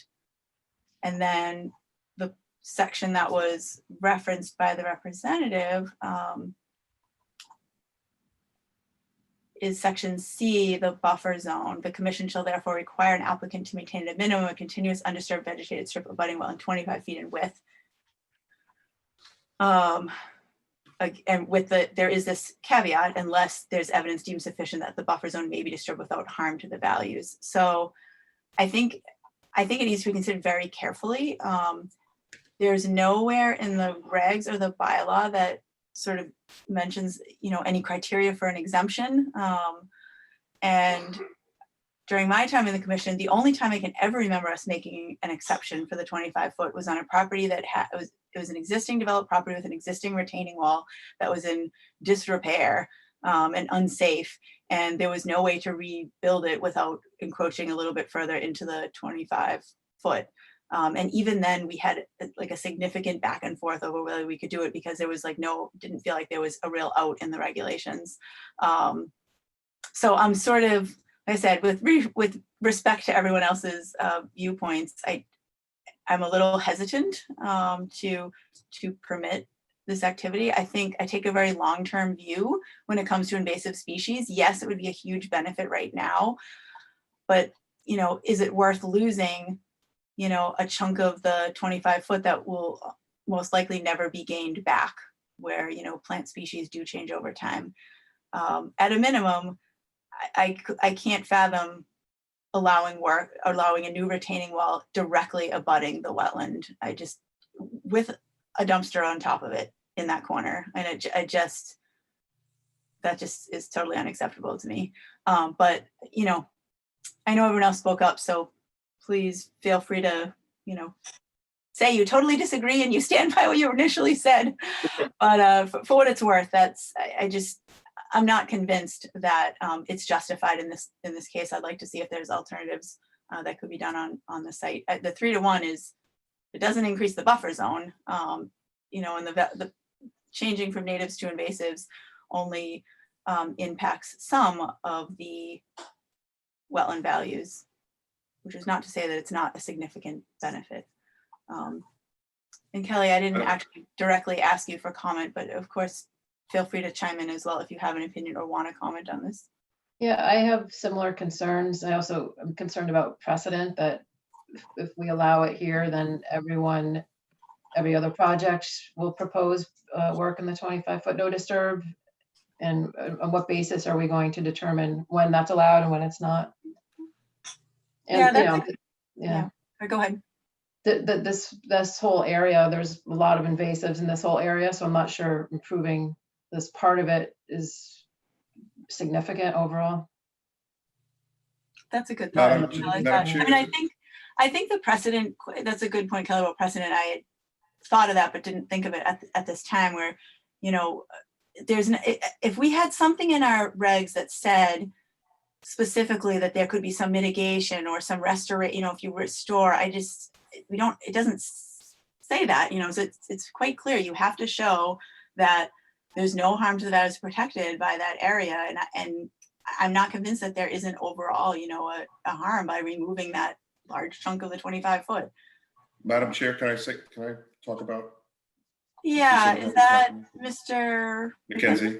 Mackenzie? Yeah, Yeah. sure, of course, go ahead. I hear what you're saying, that your bylaw doesn't have an exemption for work within the 25 foot or specific performance standards. But I think it's clear that the word, unless the applicant provides evidence deemed sufficient by the commission that the buffer zone may be disturbed without harm, it says the verbiage is harm to the values. I'm convinced, and I know that Brad Holmes is convinced, that not only are we not harming the values, we're enhancing the wetland values by eliminating a stormwater discharge that is totally untreated into a down gradient wetland, as well as, you know, bringing the site into full compliance with the stormwater standards with respect to renovation and peak rate mitigation, and as well as, you know, Brad Holmes can speak more to the, I guess, the nature of the existing wetland, and it's somewhat degraded, not only the buffer with invasive species, but within the wetland itself. And I think it would be beneficial to have a site walk so that the commission, we don't expect this to be closed tonight, so that the commission can view the wetland line. And I know that Kelly has said she's in agreement with the delineation, but take a closer look at the buffer itself. And, you know, this plan, we view this restoration plan as a starting point, and we're open to any suggestions the commission may have with respect to removal of invasives or proposed plantings. So I think it'd be beneficial to get out to the site and see it, you know, if the commission could schedule a site walk. Okay, If thank I you. may add just one Sure. additional piece of that, as I see it. Yeah, Mr. Holmes. Thank you. Sure. Yep, Thank you, go ahead. Heather. As I see it, this wetland system is really a drainage catch-all for the area in a sense. It's an area that accepts a lot of drainage, and it's not, you know, it hasn't been developed. It's a wetland system, and it conveys water through the site. So one, if we can improve the water that's going into the site as a drainage, you know, system, that's a huge benefit. And the other thing to think about is this 25-foot buffer area that we're proposing to work in. It's somewhat occupied from the existing development that's there, and it's degraded as well. So it's not like we're taking a pristine area and trying to mitigate that. We're working within an area that's already significantly degraded, and then coming up with a you know, like we said, a 3-to-1 ratio of mitigation to enhance it. So I think it's a win-win in the sense that we're not really altering an area of 25-foot buffer that's, you know, of good value, but then we're restoring it with something that's better than exists. So we have a drainage improvement and a buffer improvement. Okay, thank you. I think that a site visit is a great idea. And so we can talk about that a little further. Or I could just say now, you know, when we do site visits now, we really haven't, you know, in the current health situation, I don't think we've scheduled any large group site visits. Is access to the site, is it pretty open right now? I drive by it all the time and haven't really looked to see if it's easy to just walk in right now. Yes, you can, there's ample room for parking and you can walk right down. Okay, so I feel like commissioners could, unless people want to go, you know, together with a representative, so that, you know, that can be sometimes helpful to have things pointed out. We could also people could just go Yeah. on their own in the, you know, before the next I think it hearing. would be, Madam Chair, I think it would be helpful to be there when the commission has the walk. We can be socially distant and respectful, I think. and walk you through that area. Okay, thank you for the offer. Why don't we finish our discussion and then we can return to the sort of coordination at the end. So my thought at this point would be to just open it back up to the commission for any other questions or comments, on any aspect. Yeah, so one question that was raised as a concern is the location of the dumpster right in the back corner. I know that the site is tight. Is there any other possible locations for that? Perhaps in between the two car wash bays or anywhere else? We can look into that. Can I add to that? And I think this goes along with Kimberly's comment. What is the purpose of the drive lane on the south side of the building? Access to the dumpster and any emergency vehicles that need to get back there. Well, Peter, it would also be a bypass lane. It's a kind of a dual drive-through. So the general circulation is from southeast to northwest. So if there were a queue with cars in both, queued up to both bays, that would be the way that if a car in the kind of like a car in the queue could get around the building if they chose to not want to go through the car wash without having to go through the other that, queue. but you have a drive around on the I guess the north side of the building. Wouldn't that accomplish the same? I mean, Not if there were a couple cars in the queue on the right bay, you couldn't get through. Okay. Wouldn't you see from the street at that point? I mean, it's not set so far in that you couldn't. I'm sorry?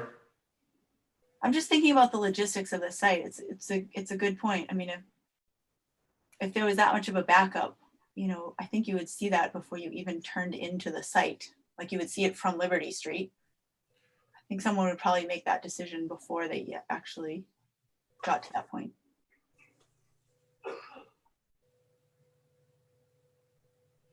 My thought was that you could pull the dumpster closer to the entrance, eliminate a lot of the work within the 25-foot buffer zone if you did that. I have one other small comment I'll make now while I have the stage and give it back to Kimberly. Is I was looking at the drainage calculations and I was just wondering if we could add the soils data for test pit number 2, which is actually almost in the infiltration area, but was not provided in the calculations. Oh, sure. That's my only comments. Thank you for letting me interrupt, Kimberly. Yeah, no, that was really my only question. I mean, as far as the work without harm to the wetlands area and benefit with that, I understand for a new project, having to comply with stormwater is a component of that. But considering the site is so small, it seems, and has been empty for such a long time, it seems possible that the stormwater upgrades couldn't be made without some disturbance to the 25-foot buffer. So from my perspective, it looks like they've taken a look at that, and with the site visit, maybe we can see if there's anything else that might be appropriate to add to that analysis, but that would be my view of it. Thanks, Kim. Anyone else? Okay, I'd like to see if there's any members of the public who wish to ask a question or comment.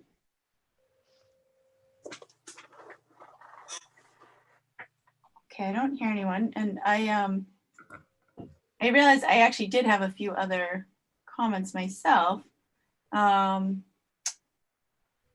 So I'm not familiar with the first defense unit, though I see, of course, you provided manufacturer information.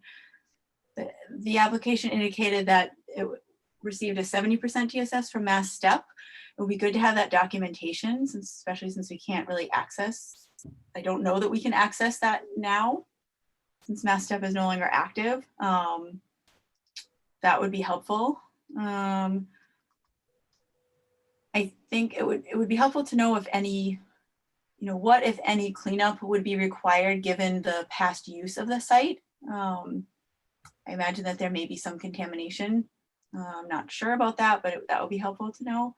I had a comment about also related to stormwater. I didn't see an O&M plan. So there was the drainage report ended, at least what I saw, it ended with Appendix F O&M plans, but then the plan wasn't actually part of the PDF that I got.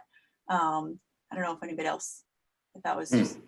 Yeah, we wrote it. I must not have just included it because it was a separate attachment, but it was included in the hard copies delivered to your office. Can you send a electronic version that could be distributed to the commission?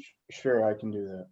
I know I looked at the O&M plan, so I don't know if there was an issue when we were putting it on the website or something, but yeah, maybe whatever is easiest to resolve it. I'd like to look at it. And then a comment about the landscape plan.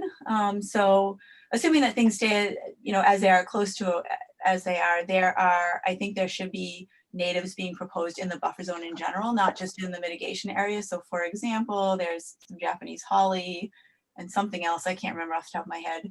And there are suitable native, choices that could be selected. And then, not to go on too much about the 25 foot, but I will point out that even since the last time this topic came before the commission, we do now also have these buffer zone regulations. And so, we're not just looking for,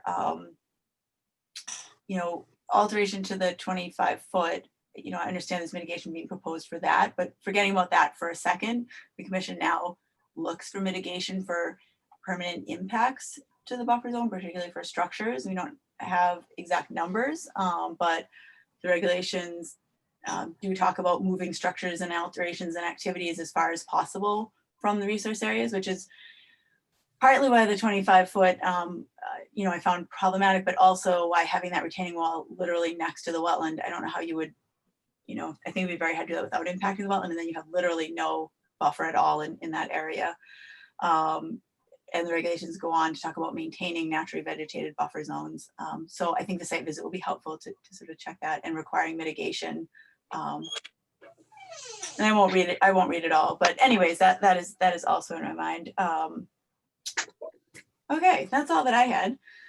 We are in receipt of Kelly's comments. And Kelly, yeah, and I think safe to say we all, I think Kevin probably would agree with those comments too, and you should address those as well. I don't know if you want to talk about any of them now, or if you want to just. No, we are aware of the tree protection standards. I'm not sure, and I think they only apply to what, 4-inch caliper, 4-inch diameter. But we will we'll take an inventory of all the trees in that area that on the slope. Most of that slope is grassed, and there's not a lot of mature trees within the portion of the buffer zone that we're disturbing. But we will take a closer look at that. Okay, thank you. As well as take all of the comments under advisement. And it is 4 feet or greater, and it's regulations, it's part of the regulations. Did I say 4 feet? I'm sorry, 4 inches. 4 inches DBH or greater. We know that 2-to-1 replacement is required within between 0 and 50 feet, so we understand that. Correct. Okay. Anything else from commissioners or Kelly? Okay, so obviously we'll need to continue this to potentially to December 3rd. We could attempt to coordinate a site visit now. Usually what we end up doing is having Kelly send around some potential dates. Are you willing to do that, Kelly? Sure. Okay. I'm sorry. I know it's effort to coordinate these things, but I also feel like by Zoom meeting, it takes us forever to get through navigating our schedules. So Kelly will be in touch, and we'll go from there. So great. Does December 3rd seem reasonable for a continuation on this one? I would say yes, because I think we want to get the site visit in, particularly if that, changes the design, in any way. I mean, we won't be able to discuss it at that time, but we can at least, you know, have an idea and be ready to go for the next meeting with the discussion. Okay, so if there's nothing else, I'll go ahead and make a motion to continue the notice of intent for hearing for DEP file number 8-684 for 345 Grove Street to December 3rd. Is there a second? Second. Thank you, Commissioner Hayward. Commissioner Crowe? Aye. Commissioner Albrecht? Aye. Commissioner Francis? Aye. And Commissioner Williams? Aye. Okay, it's unanimous, 6-0-0. Thank you all very much. We'll see you Great. in probably less than a month. Thank you. Have a All good right, night. thank you.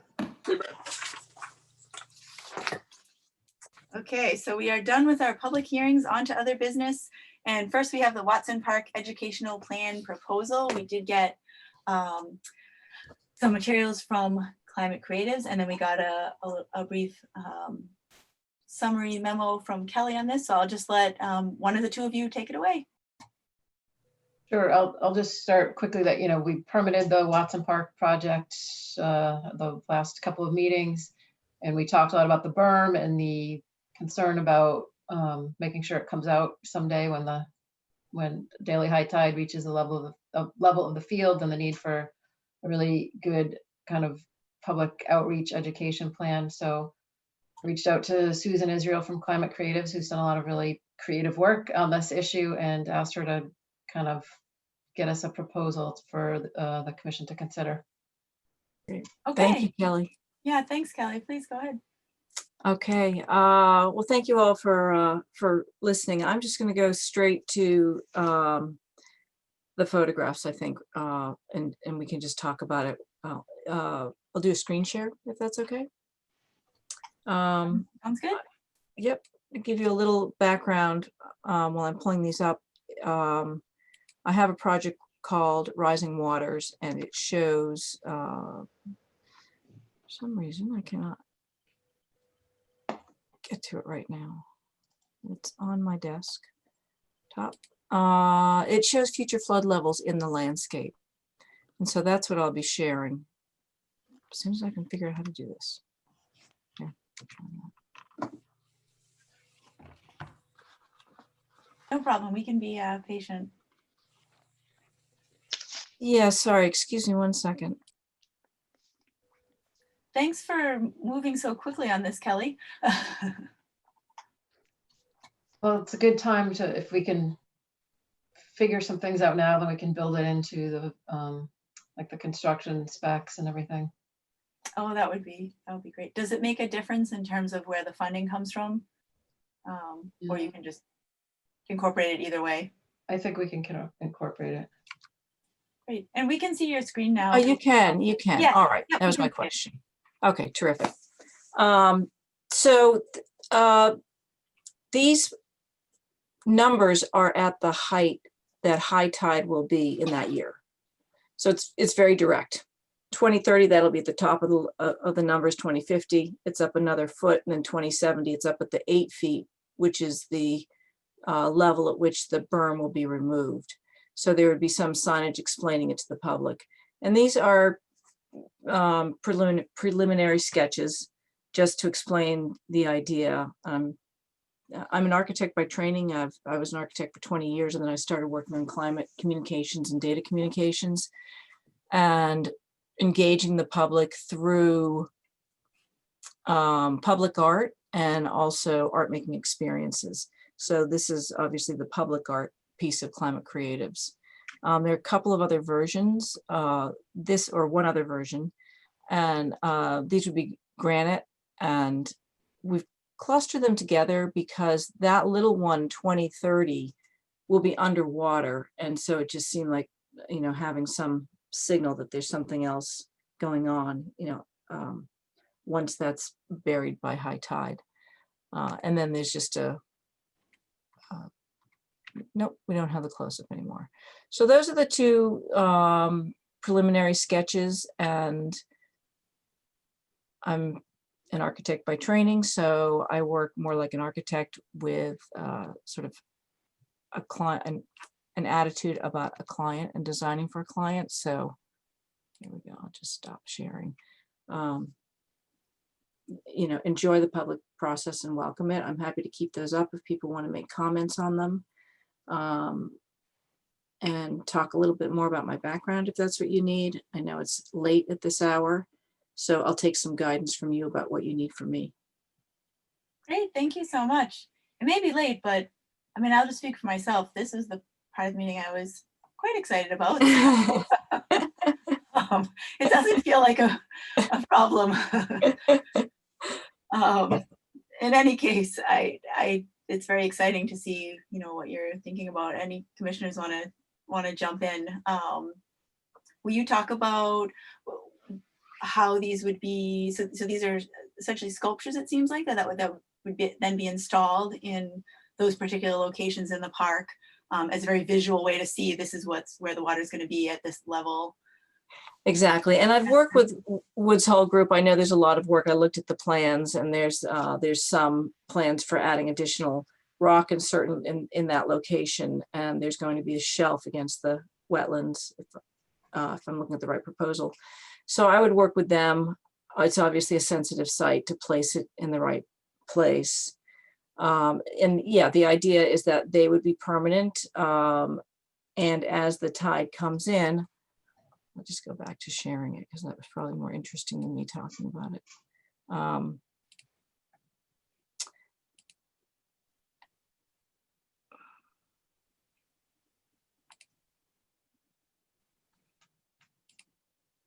Did that work? Yeah. Yes. Yeah. Okay. So as the in 2030, the top of those letters is where the water will be. So people, as they come to the park and they come and go, and they'll have the experience even now of seeing, the changes in the water level, depending on the tide, depending on whether it's October and it's king tide, or whether it's, other times of the year when the tides vary. And they'll get some sense of where the water is, but they'll also start to see that move up. And they would probably, my concept of these is that they would be stone, but they could be metal, depending on whether, construction budget and other factors of installation, which one makes more sense. But there would, over time, be some kind of a high tide line develop on them naturally, which would be part of the project, sort of the patina, that you would see that line would start to move up on them over time. And so the 2030 would become submerged at high tide. Of course, at low tide, they would all show, even in 2070.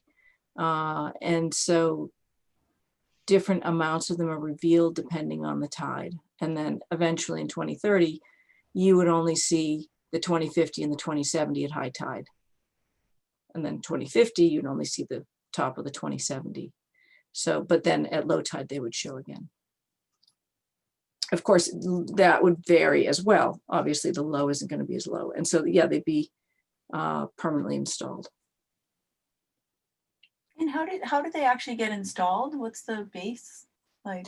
So I will have to talk to an engineer. This is really a concept sketch, but they're just a solid piece that would just, I know the rendering makes them look like individual numbers, but if they're stone, my intention is that they would be more of a solid piece, and they would rest.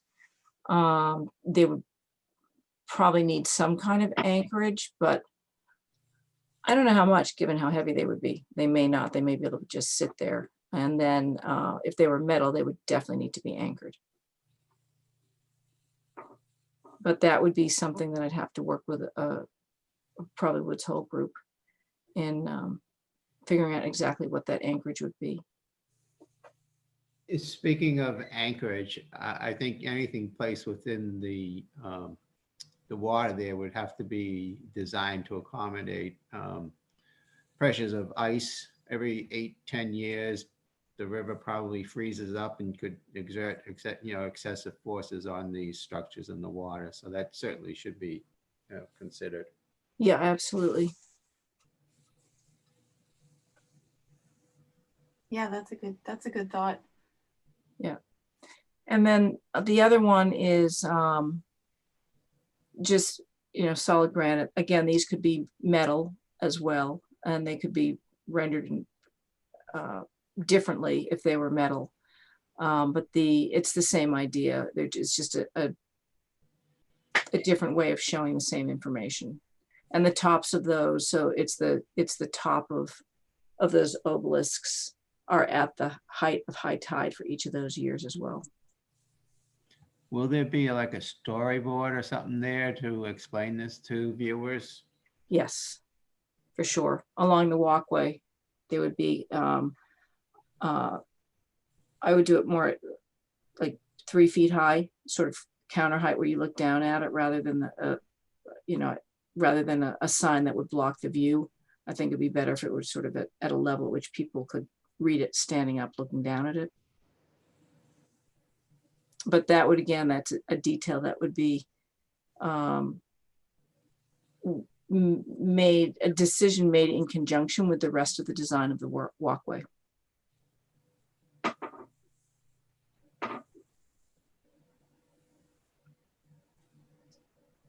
I think I really like the idea of the granite. What do you call them? Obelisks? Obelisk, yeah, obelisk. Obelisk, yeah. I think I sort of like the slate. I don't know, so it's something a little more visually, maybe I just prefer it a little bit visually, but they're a little subtle but striking at the same time. They still certainly catch your eye. What is that? What is that exactly in the water? I think I gotta take a closer look. What does that number mean? This is really interesting because I had originally envisioned that there would be that the markers would be on land, that they would be like on the berm itself, like, oh, where you're walking now would be covered with water. I wasn't thinking of them in the water itself, but you know, at the same time, as you're walking along, this really catches your eye. Yeah, sorry, go ahead. No, I was just going to say the difficulty with putting them on the berm. I was thinking about putting them on the land, but then it's too low. You know, at 8 feet, everything is covered up. So it would have to be somewhere, you know, between the berm and the water. And then obviously in the concept of these is to put them in the water. Yeah, yeah, exactly. I mean, this is one of the things that maybe this will help us to visualize it as well, because it is sort of hard to visualize a 3-dimensional space and how it's going to change over time. But I do like the idea of the storyboards, either, you know, right in the middle or, you know, at the ends. Mm-hmm. Yeah, it's exciting to see something coming along. Commissioners, thoughts? I guess my concern with putting something in the water, I'm just thinking about being one of the people in the properties on the other side of the river and staring at this every day and thinking of the water rising up and not being totally excited about having these in my view all the time. And I don't know if that changes if you get it up on the land. I mean, I do like the concept of being able to talk about it and starting a conversation of what things are happening and how you can prepare for them and so forth. I'm a little bit concerned about that aspect of it. Not as concerned because they look a bit like sails. Yeah, the form is supposed to evoke sails or fins or buoys or, you know, some kind of that kind of nautical language. The curved backsides would be rough cut, sort of, and if we could get it natural stone, but and then the faces with the numbers would be smooth and reflect the water.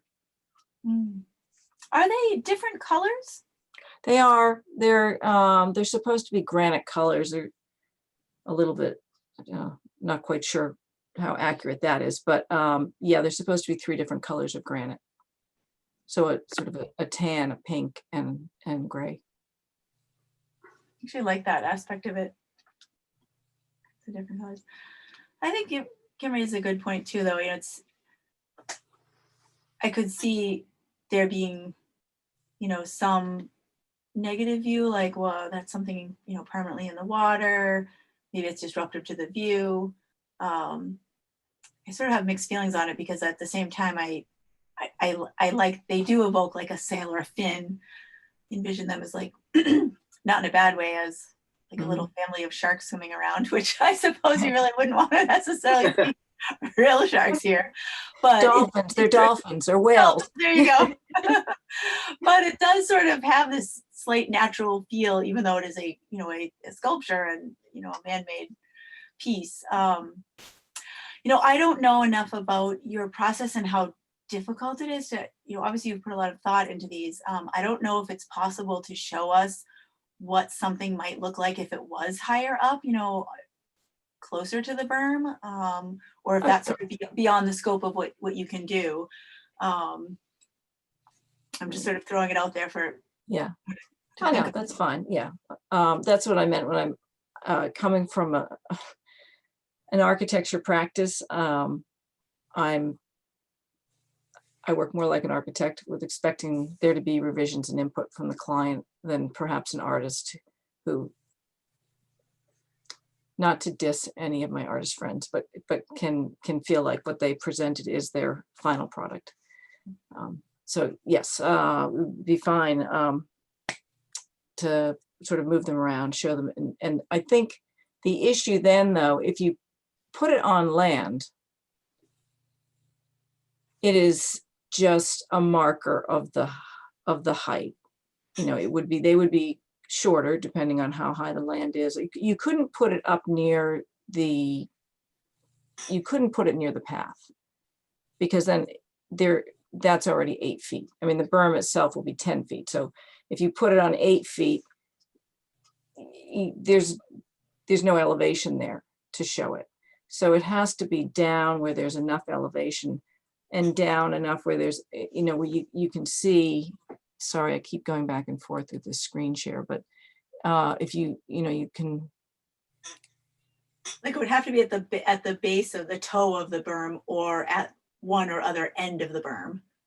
I don't think you can't be that high anywhere. You have to be lower, because it's showing this line in the landscape, which is at 8 feet. If you look at the top of 2070, or if you prefer the other one, you know, the top of that fin is at 20.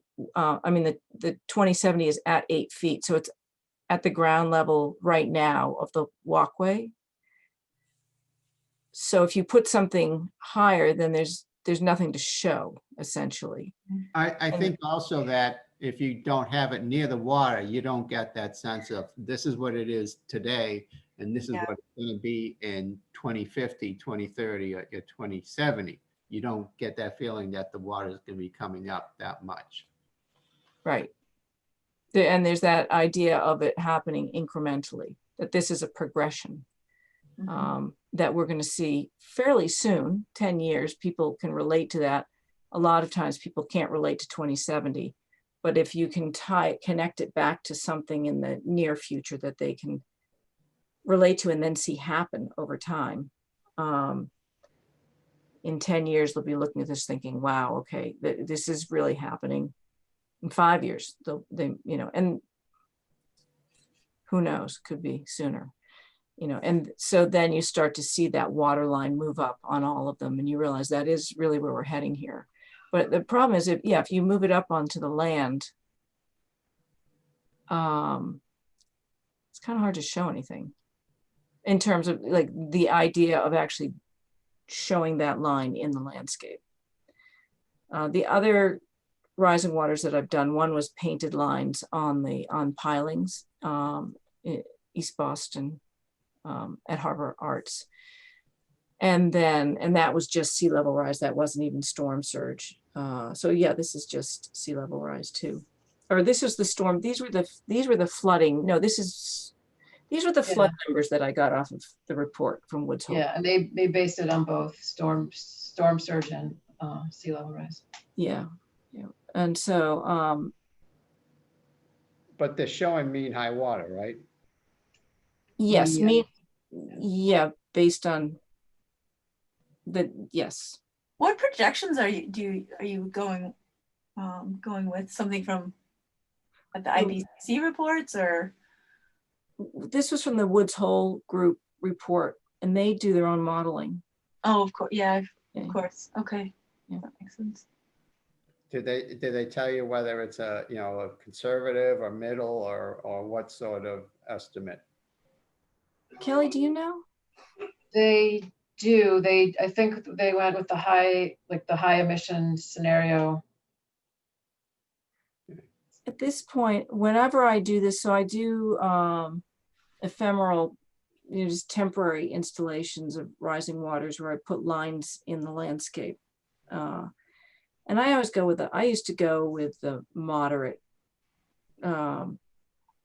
forecasts because people say, well, you don't want to scare people, but then we would outstrip them all of the time. And so we haven't really changed anything. We're still on the trajectory for the high emissions forecast. And they keep revising these levels up every few years. So I feel like even if we get emissions under control, unfortunately, they still might be pretty accurate. The other thing is, let's say in 2070, the water doesn't actually get up there. Everybody can just pat themselves in the back and say, look what we averted. Mm-hmm. The other thing is, as time goes on, these are forecasts, but over time, I kind of hate to say it, but they memorialize where we were. The other thing is in the rendering, which I forgot to mention, is you can see kind of what they would look like at low tide, because you can see that shadow in the water. That sort of we've shown that what looks a little bit like a shadow is actually what it would look like at low tide down to the base. And the height of them, this is, looking at the plans and putting them at about two-ish feet high. But the actual height of them might vary a little bit depending on whether they're really at 3 feet or at 1 foot, kind of where they are in that, on that shelf.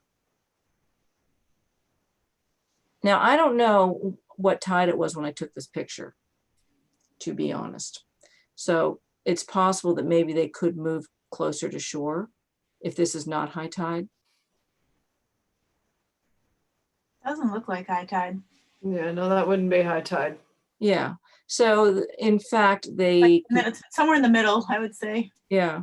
So they Close could to low actually tide. be, and these are actually, a little bit, these are more like proportionally, they're not quite high tide. There's a little more, just proportionally, there's maybe a little more than a foot showing on that 2030. But in any event, they could probably, then they could move in closer, because that's a gradual, that's a pretty gradual spot right there. So as long as we can put them where there's 1 foot showing on the 2030, because that's about the difference between high tide at 2020 and high tide at 2030 is about a foot difference. So as long as we can have a foot showing of that 2030, we can move them in quite a bit probably. And we can also shorten them because they'll be up on higher ground. Does that make sense, what I just said to everybody? Makes Yeah. sense. Yeah. One thing that maybe that I'm thinking about is people looking at them and trying to associate that with, well, I realize they may be on a berm, right? So they're 8 feet up, so it's a little different, but some thought of like where I'm standing will be underwater, like how does this relate to where I'm standing in the landscape? So if they were potentially a little bit closer where people might be able to visualize that, even, it might be easier for people to make that, mental, like, okay, if I draw this line across, oh, wow, okay.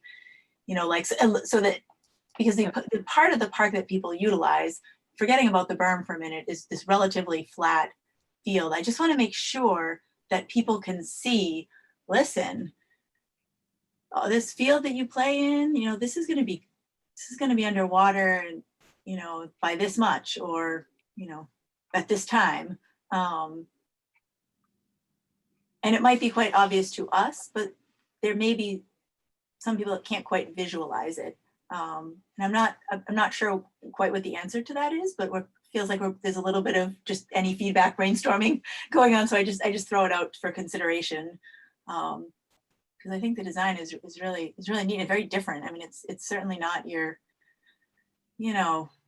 let's just paint a ruler on a post, you know, which is great and all, but isn't necessarily going to catch someone's attention Yeah.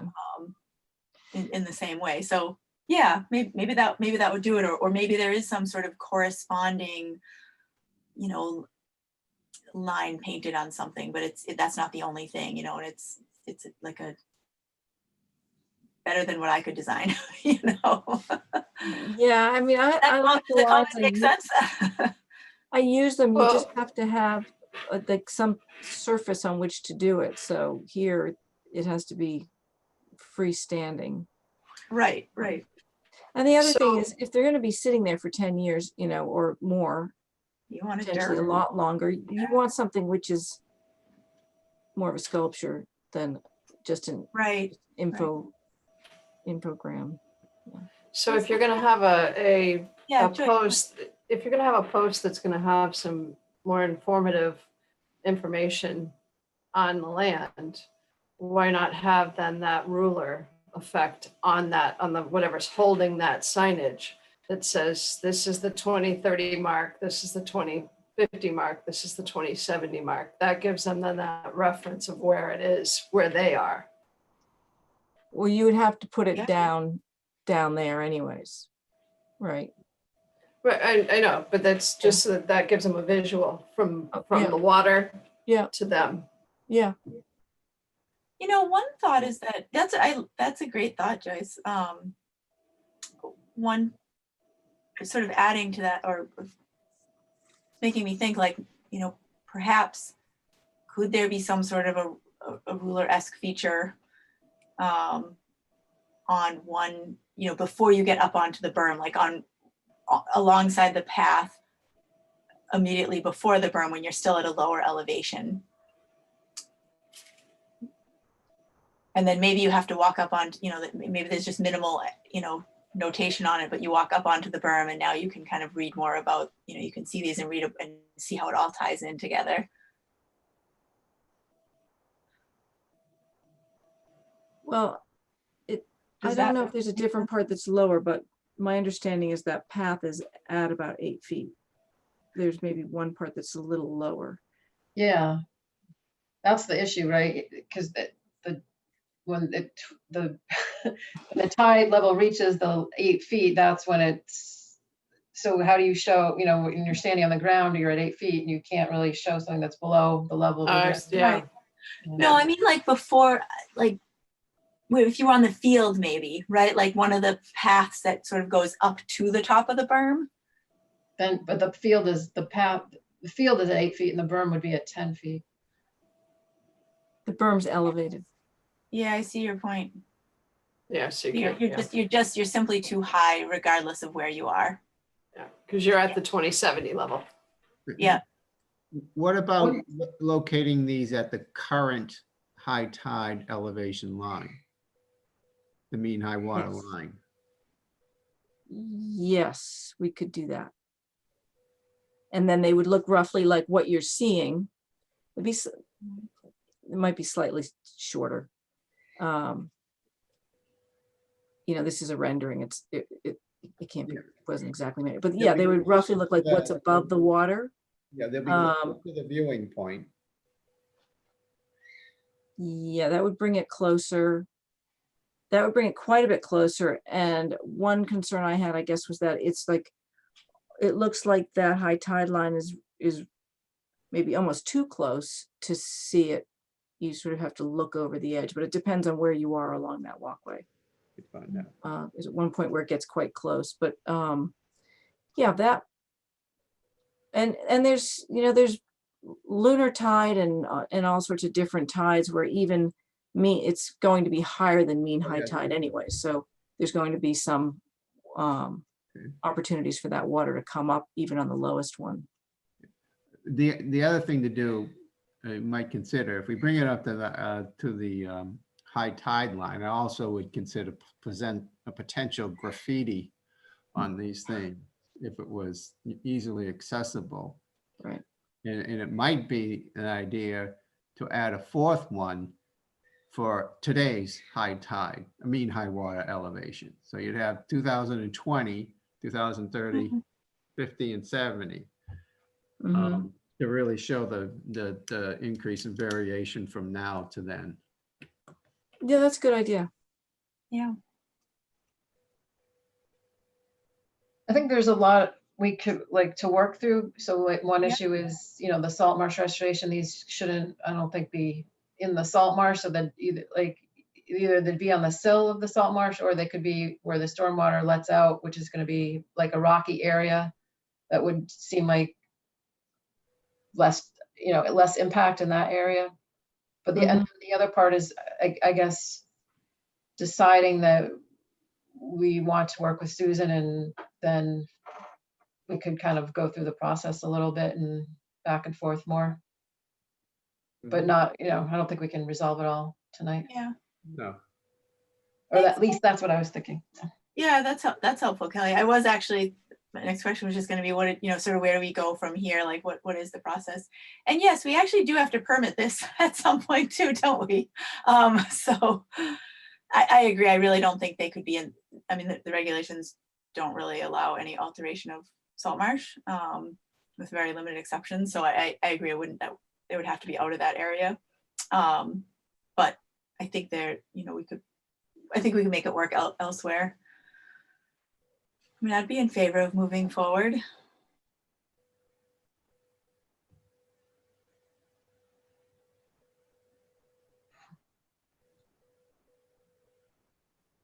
Anyone else?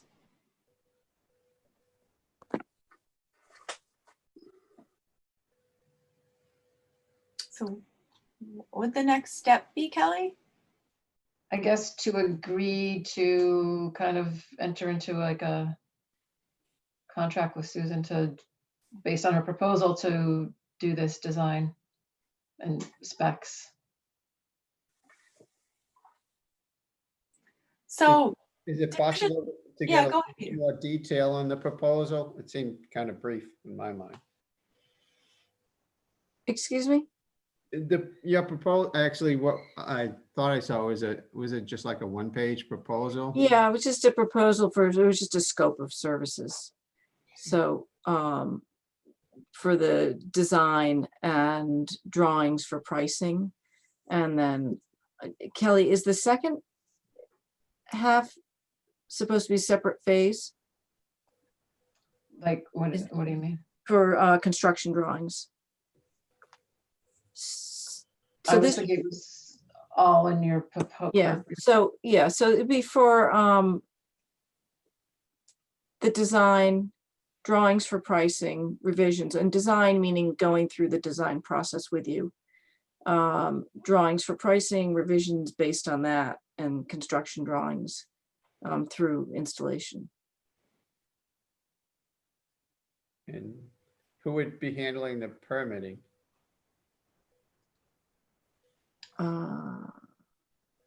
Kelly, who would us, be or her? I Excuse me? think since we've already gone through like the notices of intent, I mean, I think it would have to be something that doesn't really require like high level permitting, like no Army Corps permit, you know, we have to, which that gets a little tricky, right? Based on where it is, so. Structure in a waterway? Yeah, exactly. So that's an issue, yeah. If we have to do like the full boat of permitting, being in the water is not really. Just What's something that? we have to think about. It's true. What? I said chapter 91. Yeah. Yeah.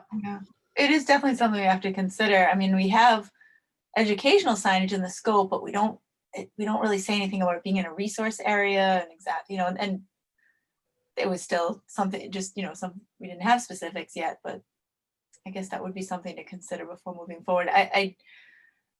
You know, if commissioners just generally speaking feel like you need more time to just digest all this and think about it, I don't know if Kelly, tell me if we kind of need to move on it tonight, or if, you know, we could take a little more time to think about it and maybe give time to consider, you could consider the permitting component of it. Yeah. A little further.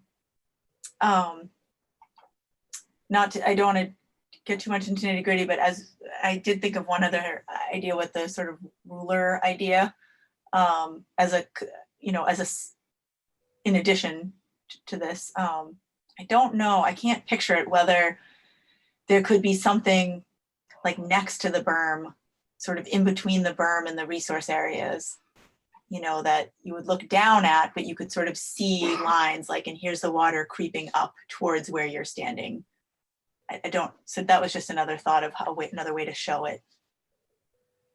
Yeah, I mean, absolutely. I could do, if they can't be in the water, we could definitely do something with lines on it. That's, or at least that's showing those levels in a different way. I mean, this is lines, they're showing the levels, but they're not Right. literally lines, but sometimes lines are great. I mean, that's the whole rest of the project is lines. So, It'd be nice to have something different. or or have lines, but also have something else. Right. I mean, as much as I poked fun at the whole ruler, it was, you know, that really is something that people can relate to, and it, you know, myself included. So it, you know, it's not really a bad thing, and obviously it would be done in a really nice manner. Yeah, I think this has the benefits of having a little, you know, eye pop, which I think would boost people's attraction. Something might, you know, with lines might just look like a tide gauge, which people see often on the water. Oh, good point. Yeah. So. And yeah, I think what I was thinking is this is a park and people come here all the time, and it will be there for a long time. So really make it a piece of art and something that people can enjoy looking at, and not say, oh, those lines, it's coming. That's a good point too, right? We don't want to be too pessimistic.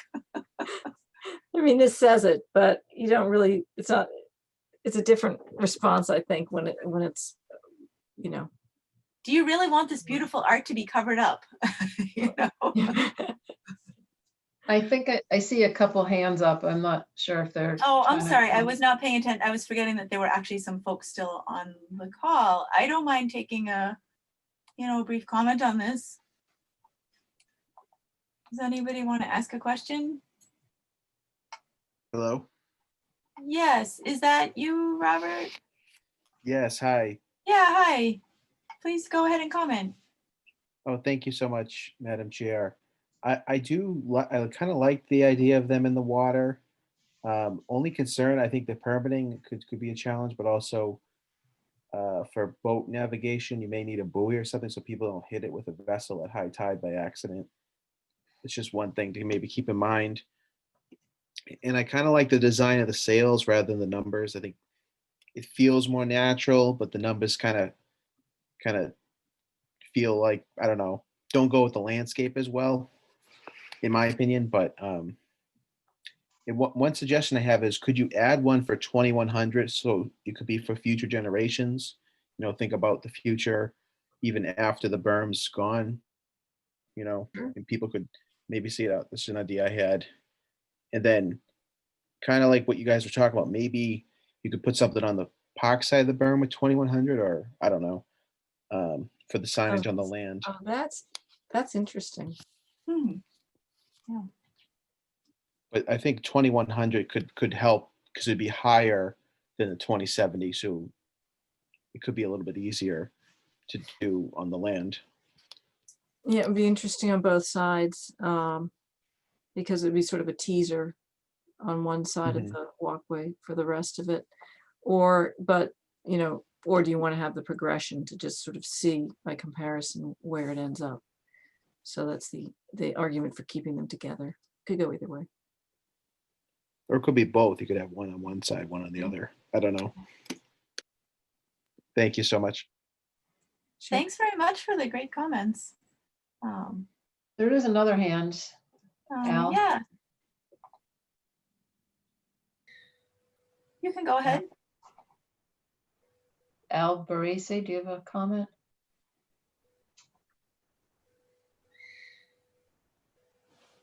No.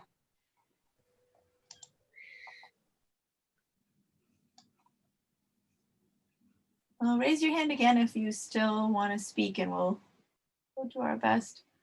I'm sorry, I can't, for whatever reason, I can't see the raised hand, so thank you, Kelly, for pointing that out, and thanks for being patient during our discussion.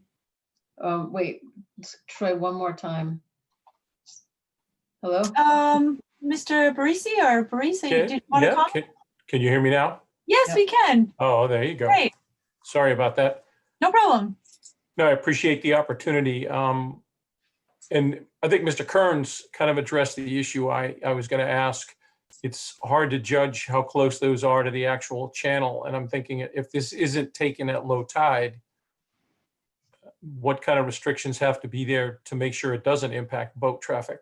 I mean, and I don't know who would be, I'm not even sure that's under the purview of this commission, but I just thought that was the first thing that came to mind when I saw the sculpture. Yeah, these are in like 2 feet of water. So at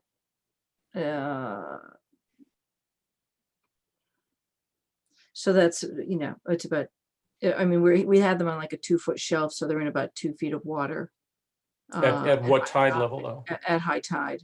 So they would be completely exposed at low tide. But if I do like the idea of pulling them up to the high tide line, I think that gets them out of the water altogether for navigation, at least for the moment. That and changes the regulatory. Sorry, I'm sorry to interject. It just it changes the regulatory requirements a little bit as well. Not entirely, but does it make it a little if easier? if they were above mean high water, Yeah. There's a little bit less review involved. So they would be shorter and completely out of the water, except when there's an unusually high tide. So you kind of lose, you know, they're not. You lose something. You lose something, but you know, on the other hand, I certainly understand having to move them out of the water. And I think marking that high tide line, that, you know, that along the shore has a value on it in its own right. Yeah. Because that will start to move up.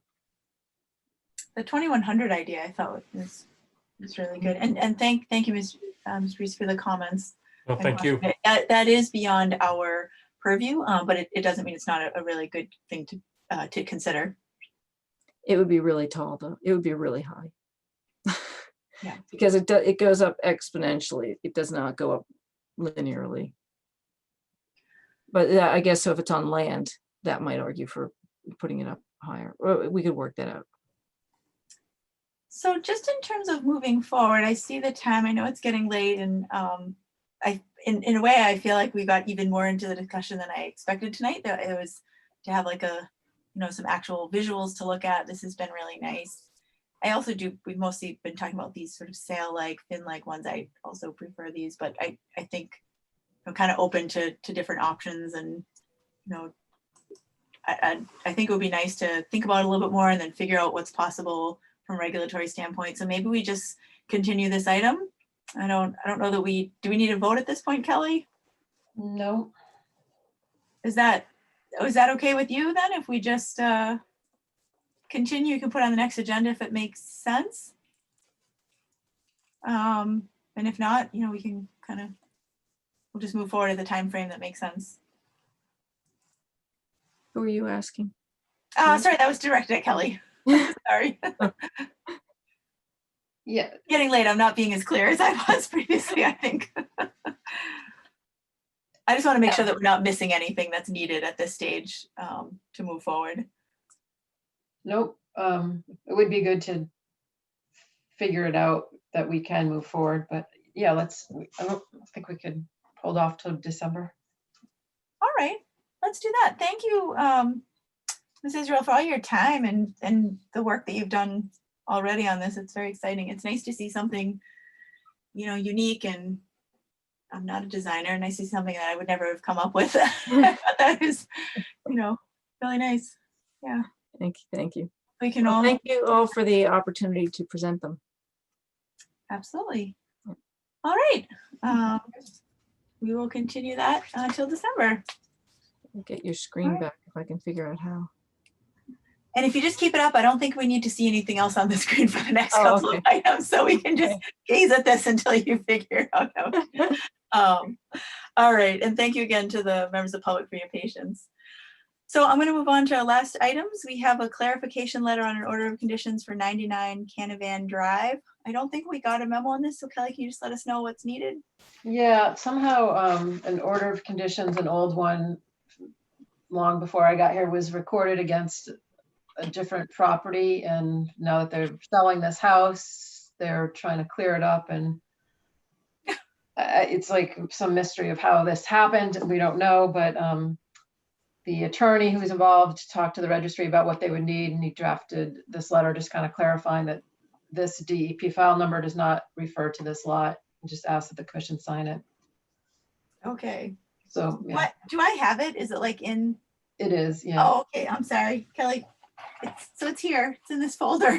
Sorry, I didn't open it yet. Yeah. Do you want me to read it? Does anybody want me to actually read it? Or is that a satisfactory enough explanation? Yeah. I'm satisfied with it.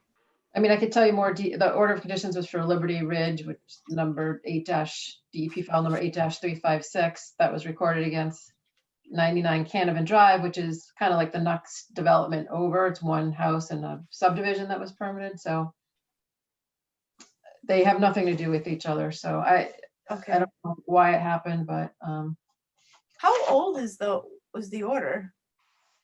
6. I think maybe like the late 80s, early 90s. Yeah, that's pretty old. Yeah. I just didn't know, like, I mean, I guess it's, what's gonna happen to the order? Is it even gonna ever be recorded against the proper property? Well, it was. I mean, there was a certificate of compliance. I don't know if it got recorded in 2 different places somehow, because 8-356 did get a certificate of compliance. So. What a strange situation. I've never heard of such a thing. I see no issue with it. It's something that we all need to sign. So, so I will, so I guess, do we need a motion for this? Maybe since we're not taking any action on any permit, I kind of feel like we don't need a motion. As long as there's no objections, I'll just sign it and send it around. Okay, so. No objection. Resolved. Okay, any other comments on that? Okay, sorry, sorry, Chris, I thought you were gonna add something. Okay, so then we have a request for a certificate of compliance for DEP 8-669 50 Liberty Park Ave. Kelly sent around a memo on this. It looked pretty straightforward to me, and is recommending issuing the certificate. Any questions or comments on it? Okay, No then. Okay, then I will make a motion to issue the complete certificate of compliance for DP 8-669 50 Liberty Park Ave. Is there a second? Second. Okay, thank you, Commissioner Hayward. Commissioner Crowe? Aye. Commissioner Albrecht? Aye. Commissioner Francis? Aye. And Commissioner Williams? Aye. All right, and last we have the approval of the minutes. Any questions or comments on these? None. I sent like a couple of very minor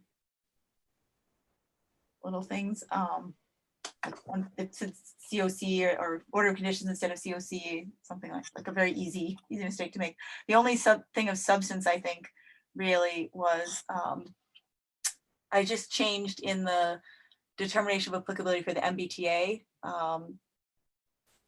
that the guidance from MACC and MSMCP recommended issuing a positive determination of applicability, approving the boundaries as that's what is asked. And I just said it as that is what is being requested by the applicant, just to make it clear.